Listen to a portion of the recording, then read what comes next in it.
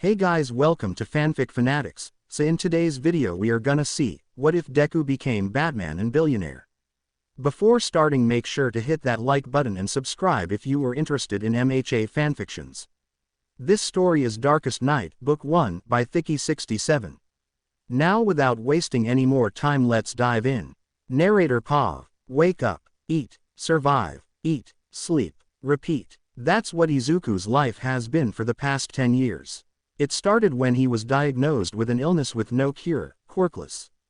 His twin, on the other hand, has a quirk. Normal is what she's called. Even though it wasn't too strong, she was still normal and he wasn't. The changes were subtle at first in his family, sometimes not saying hello to him when he got home. His gifts were nowhere near the same quality as his twin. They forgot to call him for dinner sometimes, and his hobbies were second to his sister.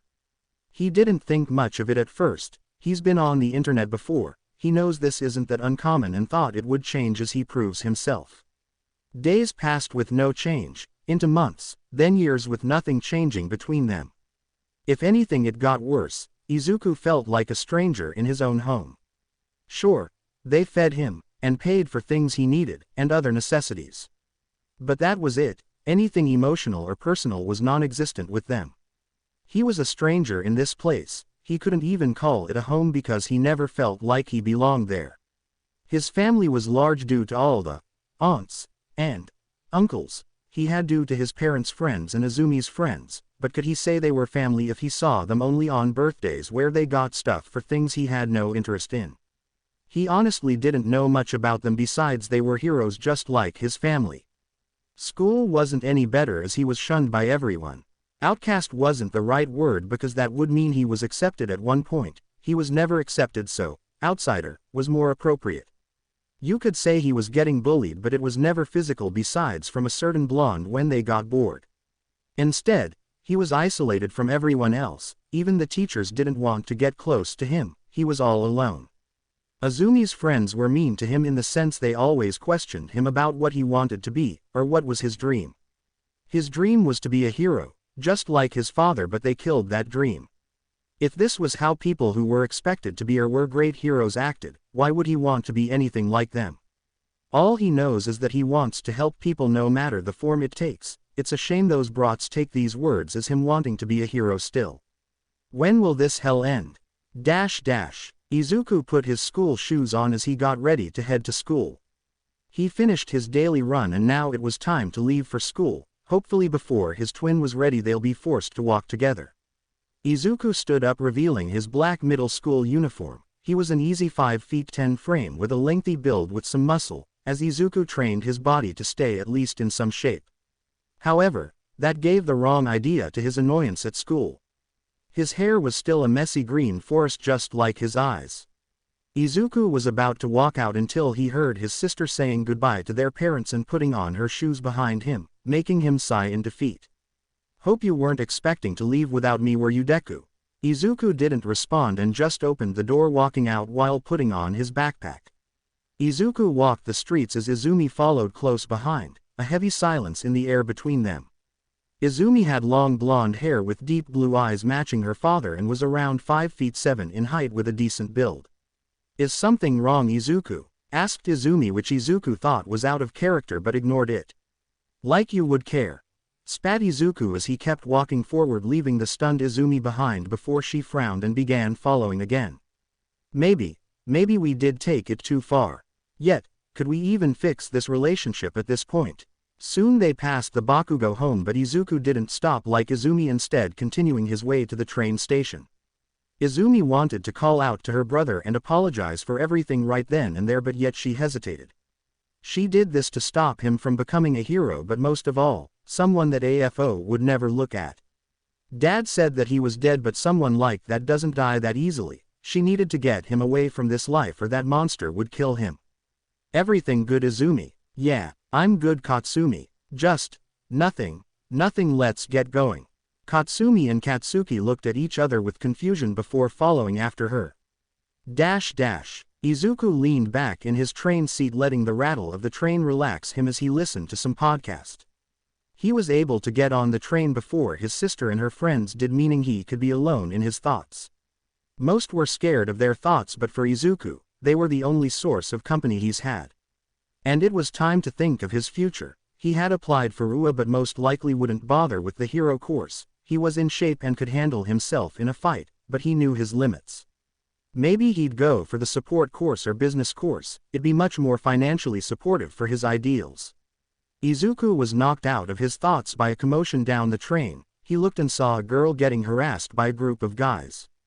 Izuku's fist tightened, having that gnawing feeling in his heart once again, a feeling he only gets when someone else needs assistance.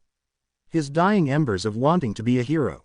Izuku's body moved on his own as he stopped the harassers from going any further. It did result in him getting punched in the face by a tentacle. Now sporting a bruise across his eye, Izuku continued on his way to school as the lady he helped didn't stick around for long. He sighed as he shouldered his backpack once again, making his way to hell. Once his sister and her friends arrived, he saw their shock due to his bruise, with his sister walking up to him with a cold look. "Who did this to you?" Izuku just stared at her before drawing in his notebook again. Izumi put her hand over Izuku's drawing. "I asked who did this." "Why? So you can give him a reward."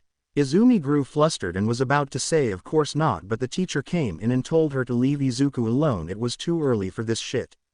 Izumi reluctantly obeyed, going to her seat. Izuku sighed as he knew they were most likely going to bother him later. "Now that everyone is here, we can start." The teacher interrupted Izuku's thoughts, making him look up, seeing the tired expression of the teacher. He was a replacement for the previous one due to the last one doing questionable things with kids. Izuku was glad, since this one at least tolerated him. "It is 2 more months until your middle school graduation. Hold the applause." Everyone stopped clapping. "Now it's time to think about your future, whether you go to high school or not, or whatever high school you go to in the future. Some of you have already chosen a school, for example the Bakugo, Yagi, and Todoroki twins have all applied to UA. Izumi and her gang held wide eyes when they heard that Izuku applied to UA as well. Katsuki was the first to snap as he lunged at Izuku, grabbing him by the collar. "I thought we warned you, Deku. You can't apply to UA. When will you give up on being a hero? How much more do we need to do to make you give up?"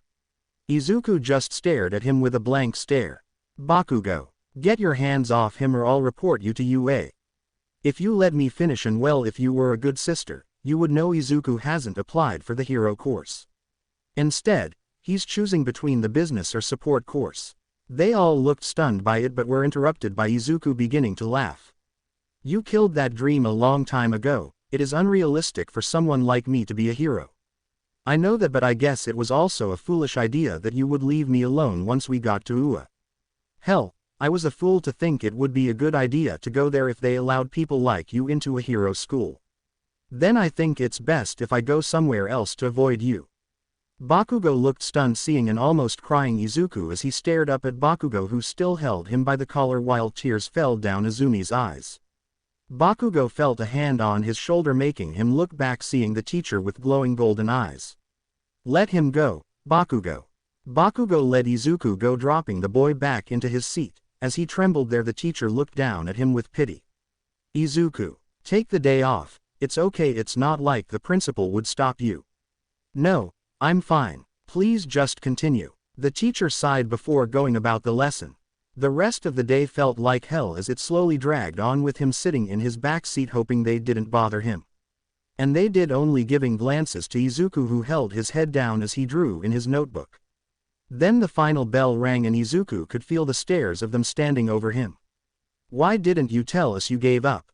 What's the point? Would it have changed anything between us?" "Of course, it would have. I would have stopped all this, and then I would still hate your guts." Izumi looked flabbergasted at that, not expecting that from Izuku. "What? Did you think that after you've killed my dream and harassed me for years on end, once you stop we'll be all buddy-buddy?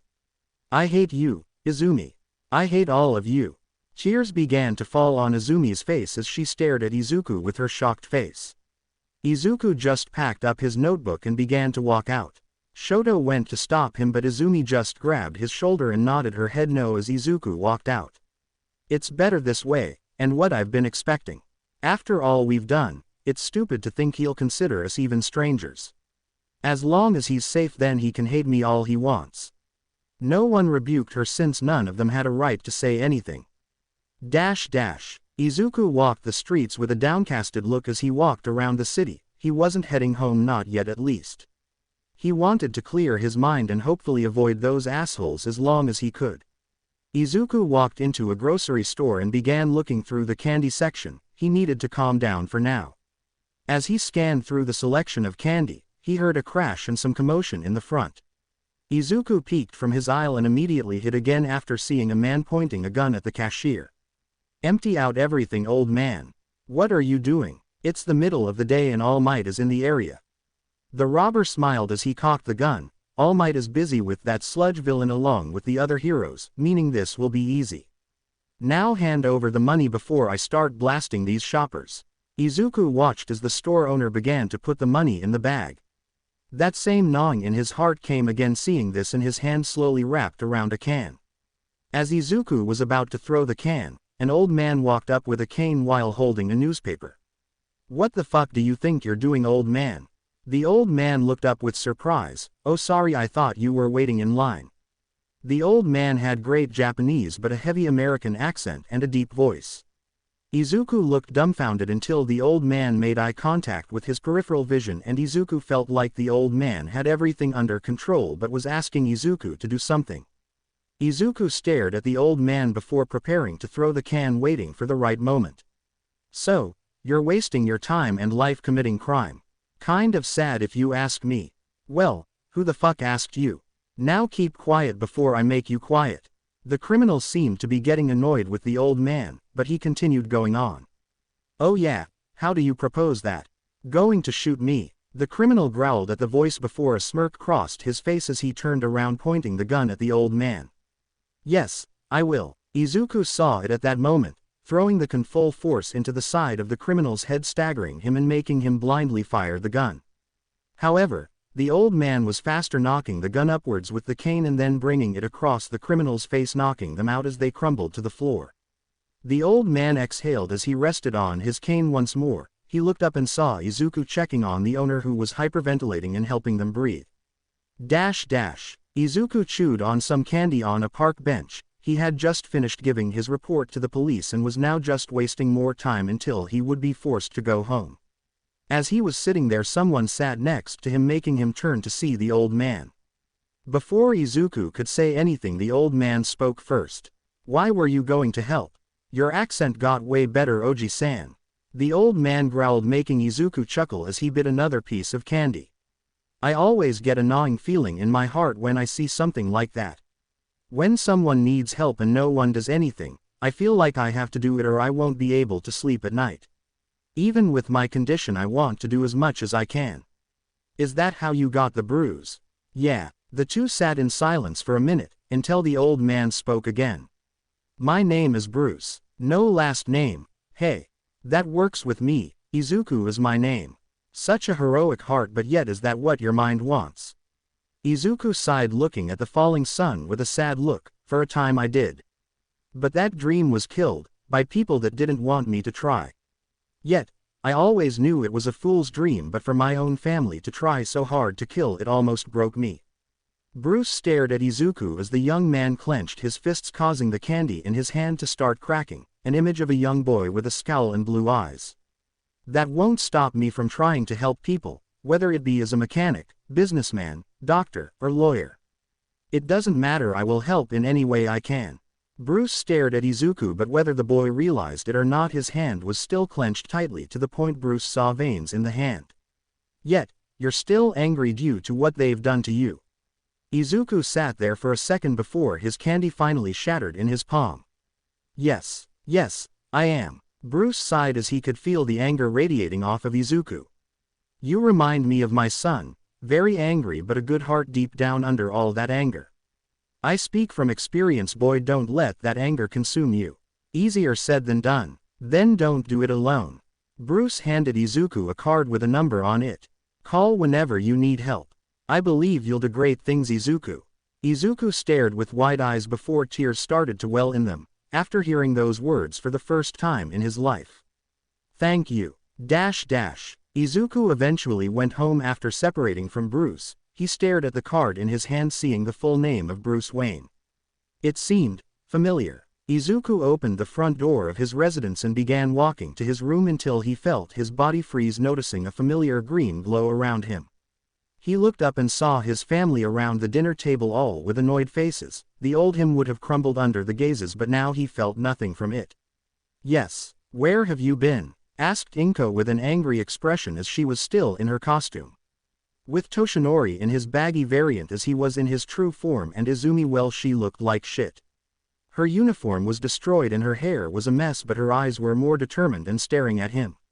"Went to the store. Until 9 p.m. So, what does it matter?" Inko groaned into her hand before sighing. "We worry, that's all. One of our children was attacked today and I can't bear it to happen to the other. Which is why this hurts so much to do," added Toshinori as he pushed a paper across the table towards Izuku, who was no longer trapped. He picked up the paper and immediately his hand tightened around it, crumbling it in his hand as the title was bold with it, saying disownment. "As of this day, you are no longer a Yagi. This is for the best for both you and us." Izuku stared at the paper with a boiling rage slowly taking over his heart, even as his parents tried to explain their reason. He didn't hear anything but a strong ringing. "We are doing this for your own good, Izuku. It's too dangerous for you to be with us. The store I was at was robbed, and I helped take down the robber. Yet, here I am still alive and uninjured from that event. Your golden child encounters a slime and is almost killed. Yeah, I guess I'm the fragile one here." Izumi slammed her hand on the table. "This is different, Izuku. I was caught off guard. We're talking about something much worse. Let me guess, that AFO guy." They looked stunned by Izuku knowing that name. "How do you? You think you dumbasses are good at keeping secrets? How I wouldn't be curious how All Might has a crippling wound on him." "Yes, I know, and if that's it, fine, whatever. I'm done." Izuku's face fell as he became dejected from basically being told fully that he wasn't needed. "Don't worry, Izuku, we're not just going to dump you on the street. You'll stay with your Uncle Aizawa from now on, so we at least know you're safe. This document holds no bearing to our reality since we still view you as our son." Izuku stood there for a second before walking away to his room, slamming it behind him. Inko and Toshinori sighed as they knew this would be hard to take in. "Just give him some time, honey. It's a lot to take in." "Yeah," muttered Toshinori. However, they didn't expect Izuku's door to open with two backpacks on his shoulder as he began to walk to the door. "Where are you going?" "I'm leaving. I'm not wanted, so I'm leaving." "Wait, you're supposed to go with Aizawa." "I'm not going with anyone that you consider family. I don't even know the guy. What, we've met 2 times in my life. And each time he was an asshole. Yeah, I'm good. I don't want to live with strangers anymore. My whole life has felt like I'm an orphan in my own goddamn house. I have no mother, no father, no uncles or aunts, and I definitely don't have a sister. So, I'm gone just like you wanted me to." Toshinori and the other two quickly got up, trying to stop him, with Toshinori reaching him first, putting a hand on his shoulder. "Calm down, Izuku. We can talk about." Toshinori was cut off mid-sentence by Izuku turning around and driving a punch into his wound. Toshinori crumbled on himself, falling to his knees and coughing out a pool of blood. Using the distraction, Izuku ran out the door, running the fastest he's ever done in his life. Even when they yelled for him to stop, he never did, even when he heard the crying from Izumi. Dash dash. Izuku took gulps of air as he hid in an alleyway. He finally did it. He was finally free from them, for now at least. He had nowhere to go though. No friends, no family, absolutely nothing. Until a thought crossed his mind. He might as well make one final call before he destroyed his phone. Izuku pulled out his phone and began to dial phone number while reading a little card. He put the phone up to his ear as it began to ring. It took a few seconds for the recipient to answer. "Hello, Mr. Wayne. It's me, that plain-looking kid you handed the card to. You know, it kind of hurts that you remembered after that description. So, I was wondering if you were still offering some help." Bruce asked what Izuku wanted, and Izuku looked out to the street at the same time, seeing his sister looking around for him. He hid behind the dumpster, watching her as it seemed so was about to have a panic attack. Just for a second Izuku wanted to reveal himself, but then all the memories of what she's done and made him feel crossed his mind. He turned around and leaned against the dumpster. I was wondering if you had a place I could crash in for a little while. Narrator Pav. Saga 1. Year 0. Arc 1. Beginnings. Izuku couldn't help but look at the building right in front of him with wide, bulging eyes. When the old man said he could come over after his call, Izuku was expecting an apartment or something, but a literal mansion was not in his imagination. Well, it was his fault for assuming. The night was dark with not even the moon out as Izuku began to walk up the steps to ring the bell. The moment he rang it, loud barks came from behind the door before he heard a distant voice quieting the dog. The door opened revealing Bruce, who had a scowl, but it softened slightly when his eyes landed. Izuku didn't know it, but he looked like shit. "Come in," said Bruce in a rough voice. Izuku followed in and couldn't help but look around in awe of the space since it was ginormous. The lobby was dimly lit with some parts of it looking a little unkempt, but Izuku could tell it was once grand. "You sought me out fast. You running from heroes." Bruce gave Izuku a suspicious look at the orphan's back. "In a way, but more from my family than anything. I want to crash for a few hours and I'll be gone in the morning." Bruce appraised Izuku and could see the boy was shaking. And it wasn't from the cold, after all, it was 80 outside. "They did something, didn't they? Your family?" Izuku flinched from the question. He refused to look Bruce in the eye or even turn around. They disowned me and were going to send me away to distant relatives. So I panicked and was so angry that I just walked out the door. They tried to stop me and all I remember was throwing a punch and running. Then I called you before destroying my phone. I just don't want to go back." Bruce stared at him before sighing. "Up the stairs. The first door on the right. Take as much time as you need. We'll talk in the morning. Get some rest first." Izuku gave a thankful nod and bowed before walking up the stairs and entering the room. Bruce couldn't help but feel an odd feeling of déjà vu as he retired to his room. Next morning, Izuku could be seen munching on toast as Bruce took small sips of his coffee. Both were sitting at the large dining table with Ace the Hound laying underneath Bruce's seat as protection. The room was quiet as neither knew who should speak first. Bruce decided to break the silence. "So I am willing to take you in. And to do that we both must be transparent. Izuku, what is your purpose?" Izuku stared at Bruce, confused, not understanding the question. "What do you mean, old man?" "It's Sir Bruce now. What I mean is if you are going to be under my care you must have a goal and a purpose. I am not going to take in a bum who will amount to nothing in this world. So what is your purpose?" Bruce's voice was firm but not angry, like a father trying to get his point across. Izuku still couldn't answer as he stared at his hand. For so long it was to be a hero, but now he had no clue. Maybe he still wanted to help people, maybe he didn't. He honestly couldn't say. Bruce, seeing his apprehension, gave a compromise. "You have 1 year. 1 year to decide what you want to be. By the end, if you still haven't decided, you are out. I will fund you until then, giving you classes to whatever you want. Try everything, don't worry about the money, I got plenty. Is this acceptable?" Izuku wanted to cry from the generosity of the old man, but he kept his wall up. This truly was his chance to find a true purpose. "I accept." Izuku began his journey to become something more. Someone with a purpose. Izuku would have liked to go to the universities in Mustafu or a major city, but it seems he is listed as a missing person. So the countryside colleges became his destination. Most unknown but good enough for decent programs and good to stay under the radar. The news outlets were quiet about who he was but still said he was missing. With All Might as the lead on it along with multiple heroes. Of course, though they didn't mention how he was involved with Izuku. Eventually, the case lost interest. Izuku took advantage of his time in college experimenting with everything. Political science, chemistry, history, sociology, psychology, philosophy, nursing, anatomy, and even English. No subject was left out as Izuku experimented with everything, trying new things. He took about 12 classes each semester, also taking summer and winter classes. His workload was near impossible, but Izuku didn't care. He needed to prove his worth to Bruce. He also learned one truth about Bruce: he was the filthy rich Bruce Wayne, but Izuku was a little confused. Wasn't Bruce Wayne supposed to be in his 40s? Anyways, Bruce had taken him to a couple of meetings and showed him the ropes of being a businessman. leading Izuku to focus finally on three things: business, medicine, and technology. Izuku had found his purpose to create a business that could help every aspect of society. From pharma to tech for both heroes and people, he didn't care, he wanted to help society as a whole.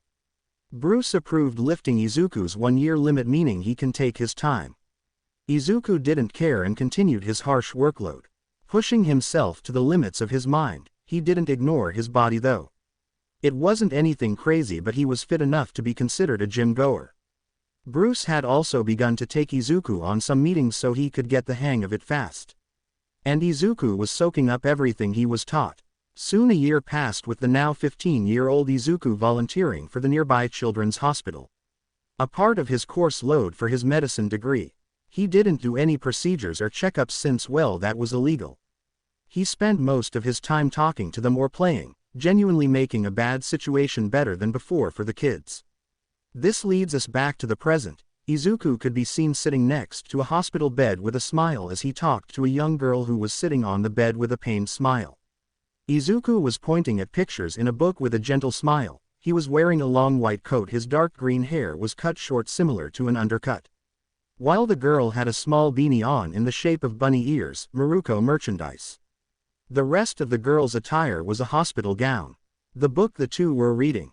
A novel about all of Maruko's fights and accomplishments. Then Maruko landed the devastating Luna Fall, planting the villain into the pavement, thus initiating her official debut as a pro hero. "You watch that video all the time, Ira?" The girl responded, "Of course I do, she's just so cool." Izuku couldn't help but laugh as he patted Ira's head, causing the girl to squirm. The girl's was soft in a weak sense but still held an ounce of strength in it. "Of course she is." Izuku was interrupted by the door opening, revealing another man in a white coat. The man had the appearance of a penguin. "Young Midoriya, could you come with me?" "Of course, Santoro-sensei. I'll be right back, Ira-chan." The little girl waved as Izuku smiled and stepped out of the room. The doctor's face was sad as he glanced at the child. "She looks much happier, doesn't she, young Midoriya?" "Yes, she does, sensei." "How bad?" The doctor sighed sadly as he took off his glasses and began to clean them. "Her illness has progressed to its final stage. Unless someone with a broken quirk appears, she has only a few months at most. Medicine can no longer help her, unfortunately. I hate that you will have to experience such a tragic case in your first internship. Make her as comfortable as you can, okay?" Izuku didn't respond as he looked into the room, seeing Ira read her Maruko book with a small pained smile. Izuku's fist tightened as that burning sensation in his chest ached once more. He pushed it down as he entered the room again with his usual smile. Now where were we? Izuku was in the back of a limo reading a report when the driver started some small talk. "Midoriya-sama, are you going to go to the sports festival? I heard the batch this year's impressive. I got 20 on some electric kid." Izuku looked outside, seeing the billboards promoting the event. His mood soured as he saw some familiar faces on the billboards and looked back to his report. Matching his mood, the weather began to darken as well. "No, I don't think I will watch them." "Jeffrey, any news about Wayne-sensei? He should be back by tonight." Izuku hummed as he continued to read. He arrived at the mansion and quickly went in, with the butler going off to where he would pick up Bruce. Izuku sighed as he tossed his white coat on the dinner table and sat down with his hand on his forehead. He couldn't stop thinking about Ira and her illness.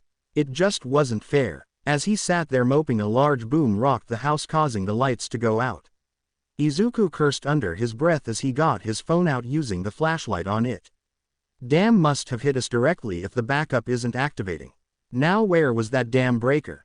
Izuku traveled up the stairs to maybe find it near the studies, but as he reached the top, a clock forced itself open, making Izuku raise an eyebrow in confusion. He pulled the secret door open, revealing a staircase into darkness.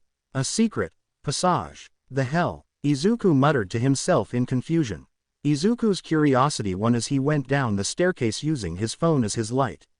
It felt like it went on forever. It had already been 10 minutes and he was still going down. Until the stairs stopped and it reached a landing. However, Izuku could only still see darkness even with his phone at max light. He took a few steps, then he was blinded, forcing himself to close his eyes. Backup generators charged. Activating all lights. said a mechanical voice, confusing him as his eyes still tried to adjust. He opened them and Izuku's entire being froze. His mouth fell open in shock along with his phone to the ground in a clatter. He was in a large cavern, but what caught his attention was all the tech in it. Dozens of computers lined a wall with a massive keyboard attached to them like some main computer type of thing.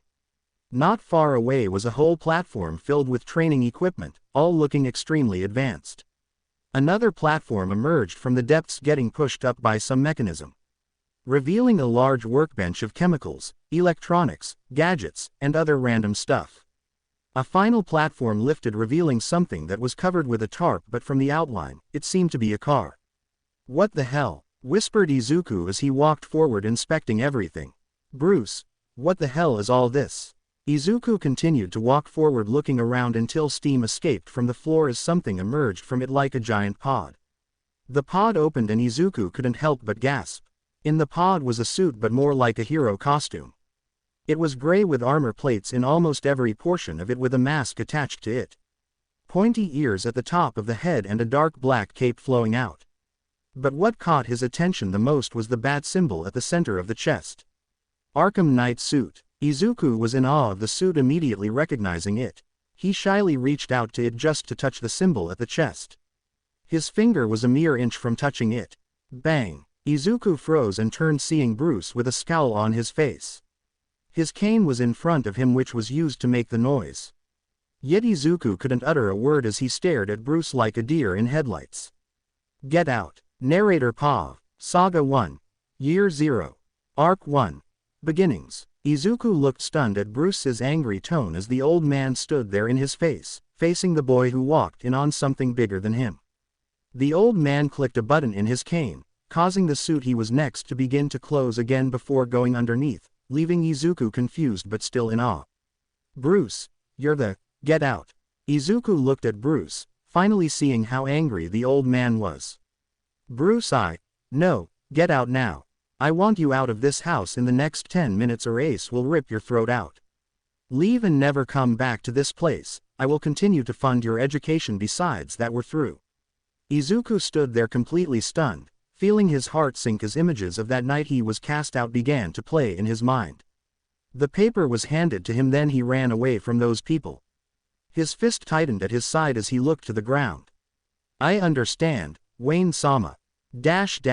That was 2 weeks ago, as Wayne had said. Izuku had not gotten close to the manor since then, nor had he left his college.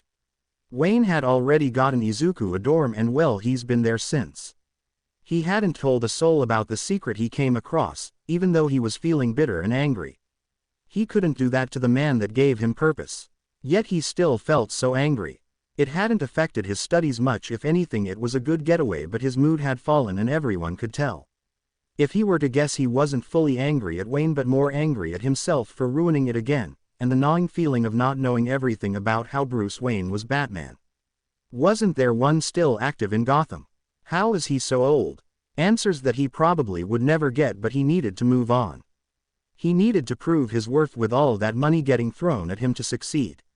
He couldn't fail. That wasn't an option. He needed to exceed any expectations.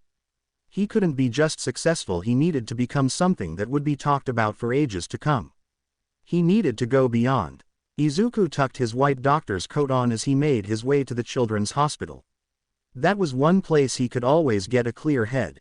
Plus he just needed to talk to someone. It didn't take long for him to arrive, nor to arrive at the patient he wanted to see. He opened her door, finding her on her bed trying her best to read her book. Today she had her light blue hair bounce as she lay there in her Maruko onesie. She turned to the door with a smile as Izuku entered. "Izuku, you finally came. Where have you been?" asked the girl in her curious tone as she bounced in place. Izuku concluded it was a good day for her. "I'm sorry, Ira-chan.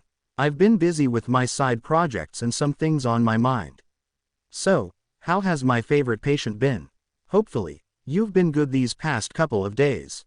It had only been 2 days since Izuku last visited the hospital. "I've been good, just a few attacks here or there.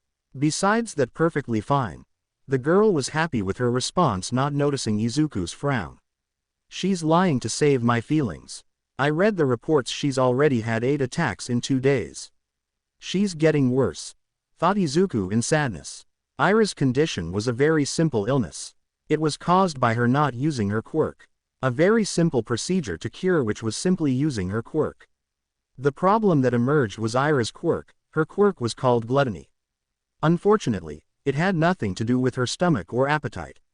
Ira's caused her to consume other quirks. The way this was done was by dark tendrils that shot off her, ripping the quirk from other people like a predator tearing apart its prey, usually leaving the target either dead or catatonic. The main problems with Ira's treatment. It was complicated to get willing volunteers to get their quirk devoured, not impossible due to some people having quirks that are more burdensome than helpful. This would lead to the main problem with her treatment. Ira refused to use her quirk. The day she had unlocked it was in the middle of a field trip with her class. Her quirk outbursted, slaughtering or crippling half her class. She was so traumatized from the event and the scorn she got afterward that she refused to ever use her quirk, which led to her trip to the hospital. Her body was killing itself from starvation in an extreme sense. Her body was breaking itself down and there was nothing they could do but watch it happen. Her attacks weren't seizures like you were thinking, but her quirk forced itself out trying to find food. That's why he was put in charge of watching her. He didn't have a quirk that her quirk could devour, so it always ignored him in an outburst. It truly was a hopeless situation, and it didn't help how some of the staff treated her. A ticking time bomb that could go off at any moment, not a sweet little girl that wouldn't hurt a fly. Instead, a predator that would lash out any second. It was depressing. Izuku sighed as he got close to her bed, which made Ira scoot to the other side, allowing Izuku to climb in. As soon as he laid down beside her back on the headrest, he sat up. Ira clung to his side, immediately hugging him as she began to shake. She didn't say anything, but she didn't need to be understood. She was scared of dying, or worse, killing someone to live. They sat there watching the TV play junk for kids until he felt Ira look up at him with her teal eyes. Izuku ni, if I were to use my quirk and try to control it, could I become a hero like Maruko? Izuku froze at the question as memories of his past came flooding through his head. The memories of every single time he was pushed down or told off for having the same dream. The disappointed looks every time he failed, or when they confronted him about that same dream. For the first time in Izuku's life, he wanted to lie to Ira. I think. Izuku, however, wouldn't have to, as the TV got both of their attention. This Sunday, the premiere of the most anticipated movie since Mighty 3 is Maruko Origins. The 2.5-hour groundbreaking stunner based on the rabbit hero, Maruko's origin from her own words and experiences. Ira's eyes gleamed in awe at the TV, and seeing his way out of the question, Izuku took it. Ira, how about we go see that movie? 3 days passed until the day of the premiere movie arrived. Ira was wrapped in her winter coat with her Maruko beanie tightly on her head and gloves that looked like Maruko's battle gloves, and the rest something similar. Izuku was in a simple winter coat with his iconic red shoes. The pair were hand in hand as they walked through the snowy streets toward the theater, a small metallic bracelet that clinked as she walked. A quirk dampener was the only reason the two could even walk about outside, since he had to go through a lot of hoops to make this happen. He didn't even want to think about what he sold to get the tickets. Oh my gosh, I'm so excited. Thank you so much, Izuku ni. No problem, Ira-chan.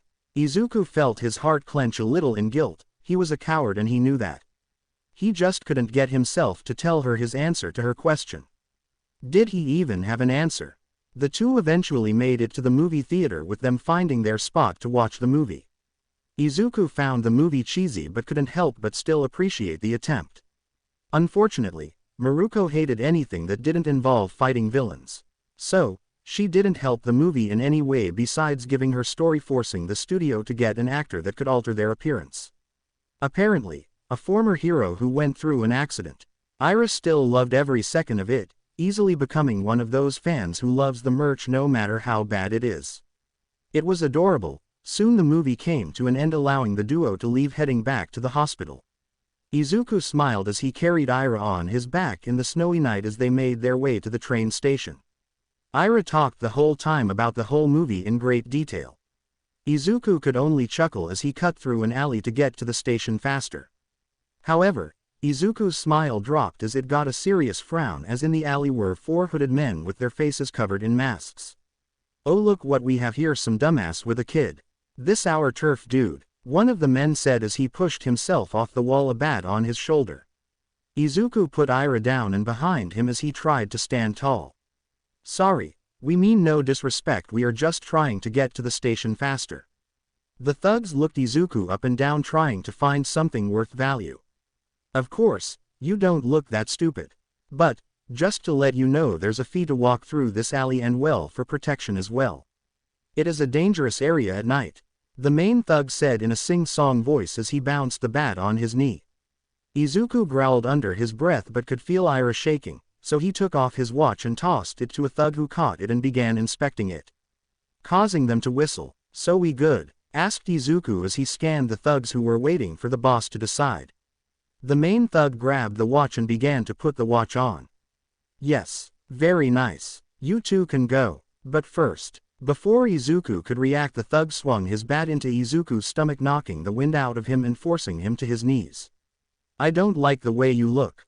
The thugs laughed as they walked further down the alley. Ira quickly went to Izuku's side, and for the first Izuku saw a new emotion on her face.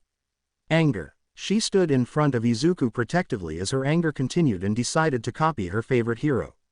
"Hey, dumbass." Izuku almost felt like dying hearing her say that, but more out of fear for what she was going to do. "You forgot something else you can take." Ira grasped the bracelet, making Izuku's eyes widen as he heard the familiar click as the bracelet dropped into the snow. "Ira, no." The effect was immediate as black tendrils bursted out of her, barely staying at her side like an animal barely being held back by a leash. The tendrils were slim with a light blue outline, skinny as well, like they were malnourished. Ira squeezed her eyes in pain, barely keeping them open as her body cramped, a hungry cramp. "Keep control. Save big bro. Keep control. Don't kill. Keep control." Ira punched forward at one of the thugs, causing the tendril to latch around him, squeezing him, causing a red-like vein to surround the thug. As if digging into him, Ira counted to 2 in her head before pulling the tendril back, dropping the thug.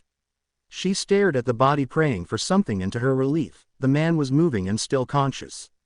And to make it better, that gnawing feeling in her body was gone, causing her to smile as she fell into an awkward fighter stance.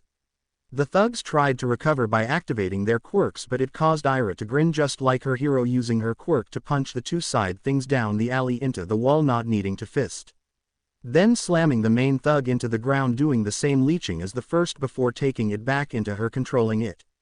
Izuku watched as Ira stood taller than she had ever before. She looked healthy, and she looked confident.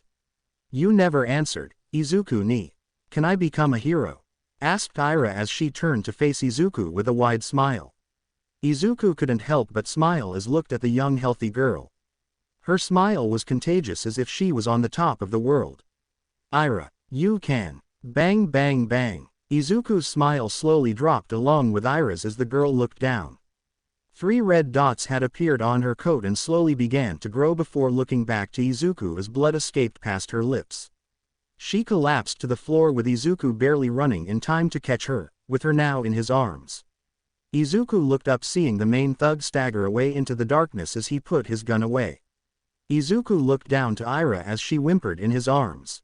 Her breaths became faster as she started to cry. "It hurts. It hurts, Izuku. Make it stop, Aniki."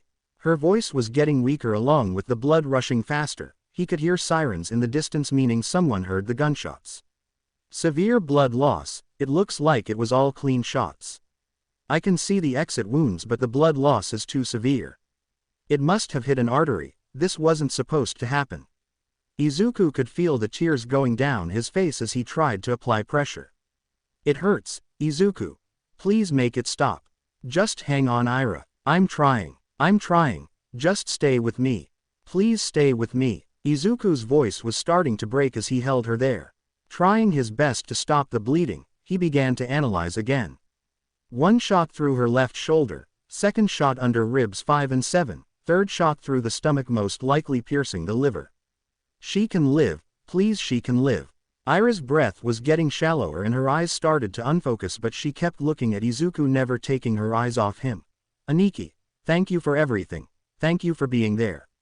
Stop that. You're going to be fine. Just keep your eyes open and listen to me." Ira tried to lift her hand to try and touch his face, but Izuku just grabbed it with one of his hands, making her smile. "Aniki, promise me something." Izuku began to cry as he stopped trying to prevent the bleeding. "Yes, Ira, anything. Live my dream. Become a hero, Aniki. Become a hero. Ira, promise me." I promise, Imouto." Ira smiled before her eyes faded and closed, leaving only one soul in the alley. Izuku hugged the body as his sobs began to echo off the alley walls, holding the body to his chest, ignoring the blood. He never noticed the golden aura that came off Ira and went into him. Ira, It was a blur as he was taken to the police station. His statements were taken, then taken to the morgue, telling him how she died. That the man was still on the run. A call from the hospital asking for his statement on what happened, him taken to the funeral parlor asking what to do and if there was a way to contact her family. Izuku was sitting in a chair looking at the white cloth over the corpse with a calm look. Her name is Ira. She had no family as they had abandoned her after an incident. So, what am I putting on the gravestone? Izuku stared at the cloth as tears fell down his face again. Ira Midoriya. Time moved like a mirage as Izuku stared down at the grave that read Ira Midoriya. His face was dull and calm due to it being close to sunset. He hadn't been going to classes, or the hospital, he just felt dull since that night. It had been a week and yet he still felt dull. He hadn't slept but didn't feel tired, he hadn't eaten or drunk anything either, and yet he wasn't thirsty or hungry. He didn't know what was going on and he didn't care. Become a hero for me. Izuku clenched his fist as he stared at the gift. He didn't know how he could keep that promise. That dream was killed already by people long forgotten. How could he, the quirkless loser, keep that promise? As he just stood there, he looked into the sky and his eyes widened as he saw a swarm of bats flocking off in the distance near the sunset. His fist tightened. Knock knock. Bruce Wayne growled, annoyed as he got up and walked to the door. It was too early for this shit. He opened the door and his eyebrow rose, seeing a haggard Izuku as he stared at Bruce. "I thought I told you to never show your face again." Bruce's voice was cruel and rude, but it was an act. His goal was to make Izuku leave and never come back again. So, he would never get brought into this life. "Train me. Train me to replace you. Train me to be Batman." Bruce wanted to backhand the kid until he finally noticed the boy's eyes. Those so familiar eyes showed a fire that looked like it wanted to consume everything. It reminded him of a young him when he first looked into a mirror after his parents' death. The stare of someone with a goal. Get in. Narrator Pav. Saga 1. Year 0. Arc 1. Beginnings. * 6 months later. A fist collided against a bag, followed by several more connections from fists. It zoomed out, showing Izuku punching the bag with a stone-cold face. His body was different from before, now more filled out compared to his old lean body. Denser with a stronger set of muscles all over, his shirtless body showing his work but also not hiding the many bruises all over his body. Yet, Izuku showed no care for the injuries as he continued to punch the bag. The 15-year-old had also grown a tad taller, now being around 5 feet 11. Bruce watched from the chair next to the bat computer, holding a self-recording device as he was about to begin a file on Izuku, just in case. Bruce's monologue. "It has been 6 months since Izuku has returned to the manor and under my care. Initially he was kicked out because he found out my secret. I didn't need another kid dragged into this life. Yet, it seems me pushing him out forced him into this life anyway. 2 weeks after I exiled him, on January 7, 2275, he and a girl he was taking care of were mugged, resulting in the girl, Ira, using her quirk to try and save them. Side note. Ira Midoriya, real name Ira Shigaraki. Quirk gluttony consumes the quirk of an individual via black tentacles. If not constantly fed in intervals of 2 months, her body will begin to deteriorate. Born from one of AFO's attempts to create a copy of his quirk, abandoned when the quirk was deemed to be harmful to AFO's biology, causing the incident in her school. Look to Case File 98, Designation Stork. This resulted in her death. Izuku came back to me after that and demanded to be trained to replace me. I wanted to refuse, but those eyes, that damn fire behind those eyes. They reminded me of my childhood self and of Jason as well. So, I began his training. So far we've only done physical and mental training, with my best efforts to break him all for nothing. He's adapting at an immense speed, almost close to Damien. He's prospering in the training. It won't be long before I have no choice but to consider him as a possible candidate. Which is why I am creating this log. Babel Protocol, subsection Bat Colony, entry 23. As I watched, I noticed something interesting about Izuku during his training. He seemed to never get tired, sleepy, hungry, or even drained. At one point he had stayed up for a week straight with no sleep, food, or even rest, but showed no signs of sleep deprivation, starvation, thirst, or any other ailment. Instead, he still made physical progress in his training. My theory is that Izuku developed a quirk or had an awakening due to the trauma from the event. Though this is just a theory, more testing is needed. ****. 2 years later, a fist collided against a wooden training doll, tearing it half like it was styrofoam. The camera panned back, now showing a much older Izuku, the culprit. He fell back, showing the work he put his body through, his muscles at all times peak with density and volume that matched Bruce's in his prime. He had another growth spurt, now standing at a solid 6 feet 2, a relatively tall height for a 17-year-old Japanese kid. The scowl, however, didn't change from his face as he glanced around. He was what seemed to be a courtyard, maybe Eastern Asian style. Snow could be seen falling in the distance, but seemed to be avoiding the courtyard for whatever reason. Izuku closed his eyes, calming himself before opening them again, now faced with about a dozen monks, all in fighting stances that Izuku copied. At the seats for the courtyard, Bruce sat cane between his legs as he watched Izuku train with the monks. Watching the young boy who came to his doorstep turn into a young man was a fulfilling experience, but also made him worry. That anger in Izuku hasn't died down. If anything, it seems it was getting worse. Even with all his progress, mentally he was still at the beginning. For the last 2 years, Izuku has been learning any fighting style that Bruce could introduce him to. The boy had also graduated, getting his master's while also working on his doctorates. He had never seen someone push so hard and never seemed to stop. Maybe he was the right one. Instead, Bruce buried the thought as he pulled out a voice recorder. Babel Protocol, subsection Bat Colony, entry 23, addendum 12. After careful examination of Izuku, I have finally figured out what is causing these weird enhancements in Izuku. Blood testing showed it wasn't a quirk or any sign of any other mutation. No meta ability, no drug, no enhancement, absolutely nothing. Nothing in the science field, at least. After consulting with Zatanna and inspecting Izuku, she was able to confirm that he was blessed with a virtue. The virtue of temperance. It seems as Ira was dying, she granted one final gift to Izuku to help him fulfill her wish. It seems she had some small amounts of magic potential, but just enough to give him the blessing. Temperance is the opposite of gluttony. From testing and pushing him, I have found out the limits to this gift. I have confirmed that it cannot be trained to last longer, as it is not his to train, and no evidence of how long this blessing will last. Currently, Izuku can go 1 month without food until experiencing starvation, 3 weeks without water, and 1 month and 2 weeks without sleep. His recovery speed is about 1.5x faster than a normal human, and his healing also has increased by the same amount. As of this recording, unknown if aging is affected.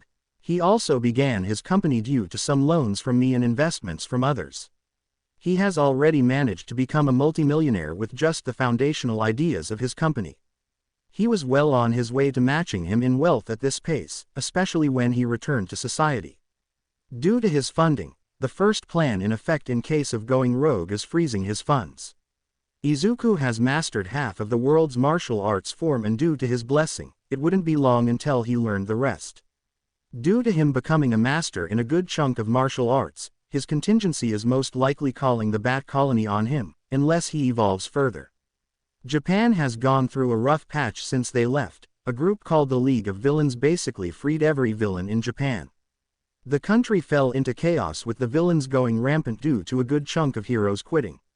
Usually, the Justice League would intervene, but I ordered them to not approach due to the main villain's quirk. Decay, a single touch, and you were done. Which knocked out more than half the League, both active and reserve members. I also specifically told Clark and Diana not to go either. The League couldn't afford to lose either of them. Luckily the war went well with the defeat of all the villains by the heroes, though Japan is still in a rough spot in rebuilding. A perfect opportunity for someone to step in to help out the country. Whether a millionaire or something more heroic. Izuku roared as he punched a monk in the stomach, knocking wind and them out. The scene panned out again, showing Izuku had defeated them all with minimal damage. Bruce watched with narrow eyes. Izuku huffed, and he stared down at the downed monks with an unsatisfied look. Though he wasn't ready just yet. **. 4 years later, a limo stopped in front of a building. It seemed they were in Japan, evident by the signs in the Japanese language. It looked to be in downtown Tokyo, evident by the many skyscrapers in the area. The limo stopped in front of the biggest building, though before the door was opened by the driver. Out stepped a young man with vibrant green hair, immediately catching all passerbys' eyes. It wasn't only due to the good looks of the man but also how tall he was compared to most people in the area, being around 6'3" in height. The young man looked, showing that he stood outside of Might Tower, All Might's old HQ, but now a pillar for the hero community. The man buried an emotion in his soul as the young woman fell in line behind him. She was in business attire similar to the man. A business skirt was put into a vest, and she had pink dreaded hair tied into a high ponytail, her crosshairs, yellow eyes scanning the building already. The two walked into the building, the young woman still looking around while the man walked to the counter. "Hello sir, how can I help you?" The man just smiled as he walked over and gave a suave attitude. "Why yes. Could you please call upper management and tell them to release every employee in the building? As of this moment, the Might Tower no longer exists, and I would like them gone." The receptionist was stunned along with some of her coworkers, before gaining her cool and questioning the man. "Who are you? Do you have the authority to request this ridiculous request?" "Oh, excuse me. Sorry about that. Here you go." The man put a paper of an invoice on the desk along with a business card. "My name is Izuku Midoriya, and as of 8 a.m. I own this building. So, I would like everything and everyone out of my building by lunch." The 21-year-old Izuku looked over Japan from the top room of his building. The former CEO's office, or his father's former office.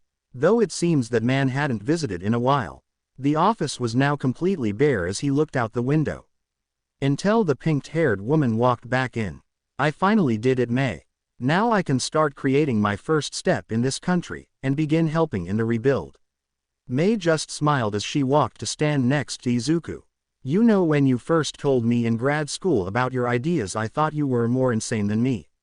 But now I see the vision." "I thought you saw the vision after you saw my bank account." May laughed at that. "Well, it definitely helped me see where you were getting at. However, I do see one problem so far. I don't think this building is big enough for your plans," and she left the last part hanging, but he understood what she wanted. Izuku chuckled before scanning the skyline once more. "I already purchased you a warehouse with access to many networks, and we don't have to worry about size." "Appreciate it, but also." "How so?" Izuku grew a wide smile. "Simple. I bought the whole block." Izuku turned to May, showing his bright smile to her. "Now let's change the world." Narrator Pav. Saga 1. Year 0. Arc 1. Beginnings. A TV could be seen turning on, and the person in charge of the remote began changing the channels until stopping at a news station. The chime of the opening station as the card for "Good Morning Japan" appeared before switching to the hosts, who were a very beautiful blue-haired woman and what seemed to be a polar bear for another one. "Welcome back to Good Morning Japan. I am Yoruichi Kaza," said the woman with a perky voice, and the bear responded in turn. "And I am Hikage Toto, so what's the first thing for today, Kaza-san?" The woman smiled as she turned back to the camera. "Well, since you asked, I think we got to talk about the person who's the biggest talk in the country at the moment." The screen updated, showing a picture of Izuku waving at the camera while stepping out of a limo. "There's a new billionaire on the map, ladies and gentlemen. Making shockwaves barely in his first week in the country, Izuku Midoriya has begun making claims on our country and its many industries. As most know, on his first day Midoriya bought Might Tower for almost 49 billion yen along with every other building on the block.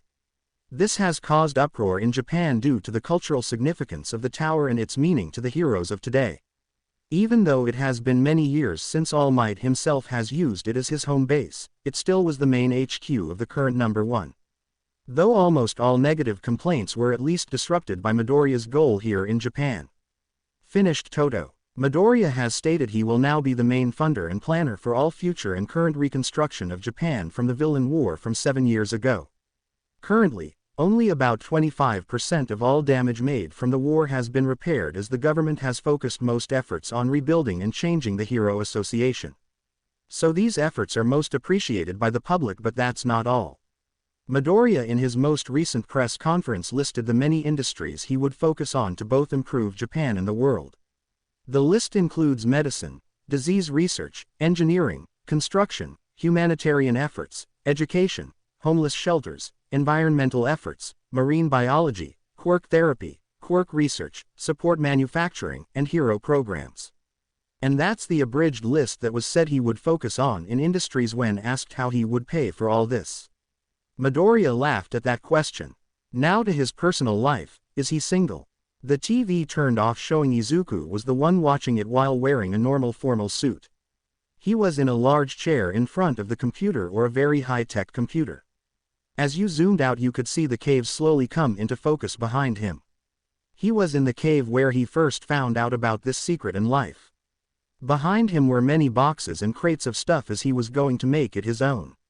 As he messed with a few things on the computer, he heard the tapping of a cane, causing him to turn around. Bruce looked at Izuku with intrigue. It had been a long few years since he trained the boy, and that boy was now a man. Tonight. That was all Bruce said as he walked away. Izuku, however, understood what he meant.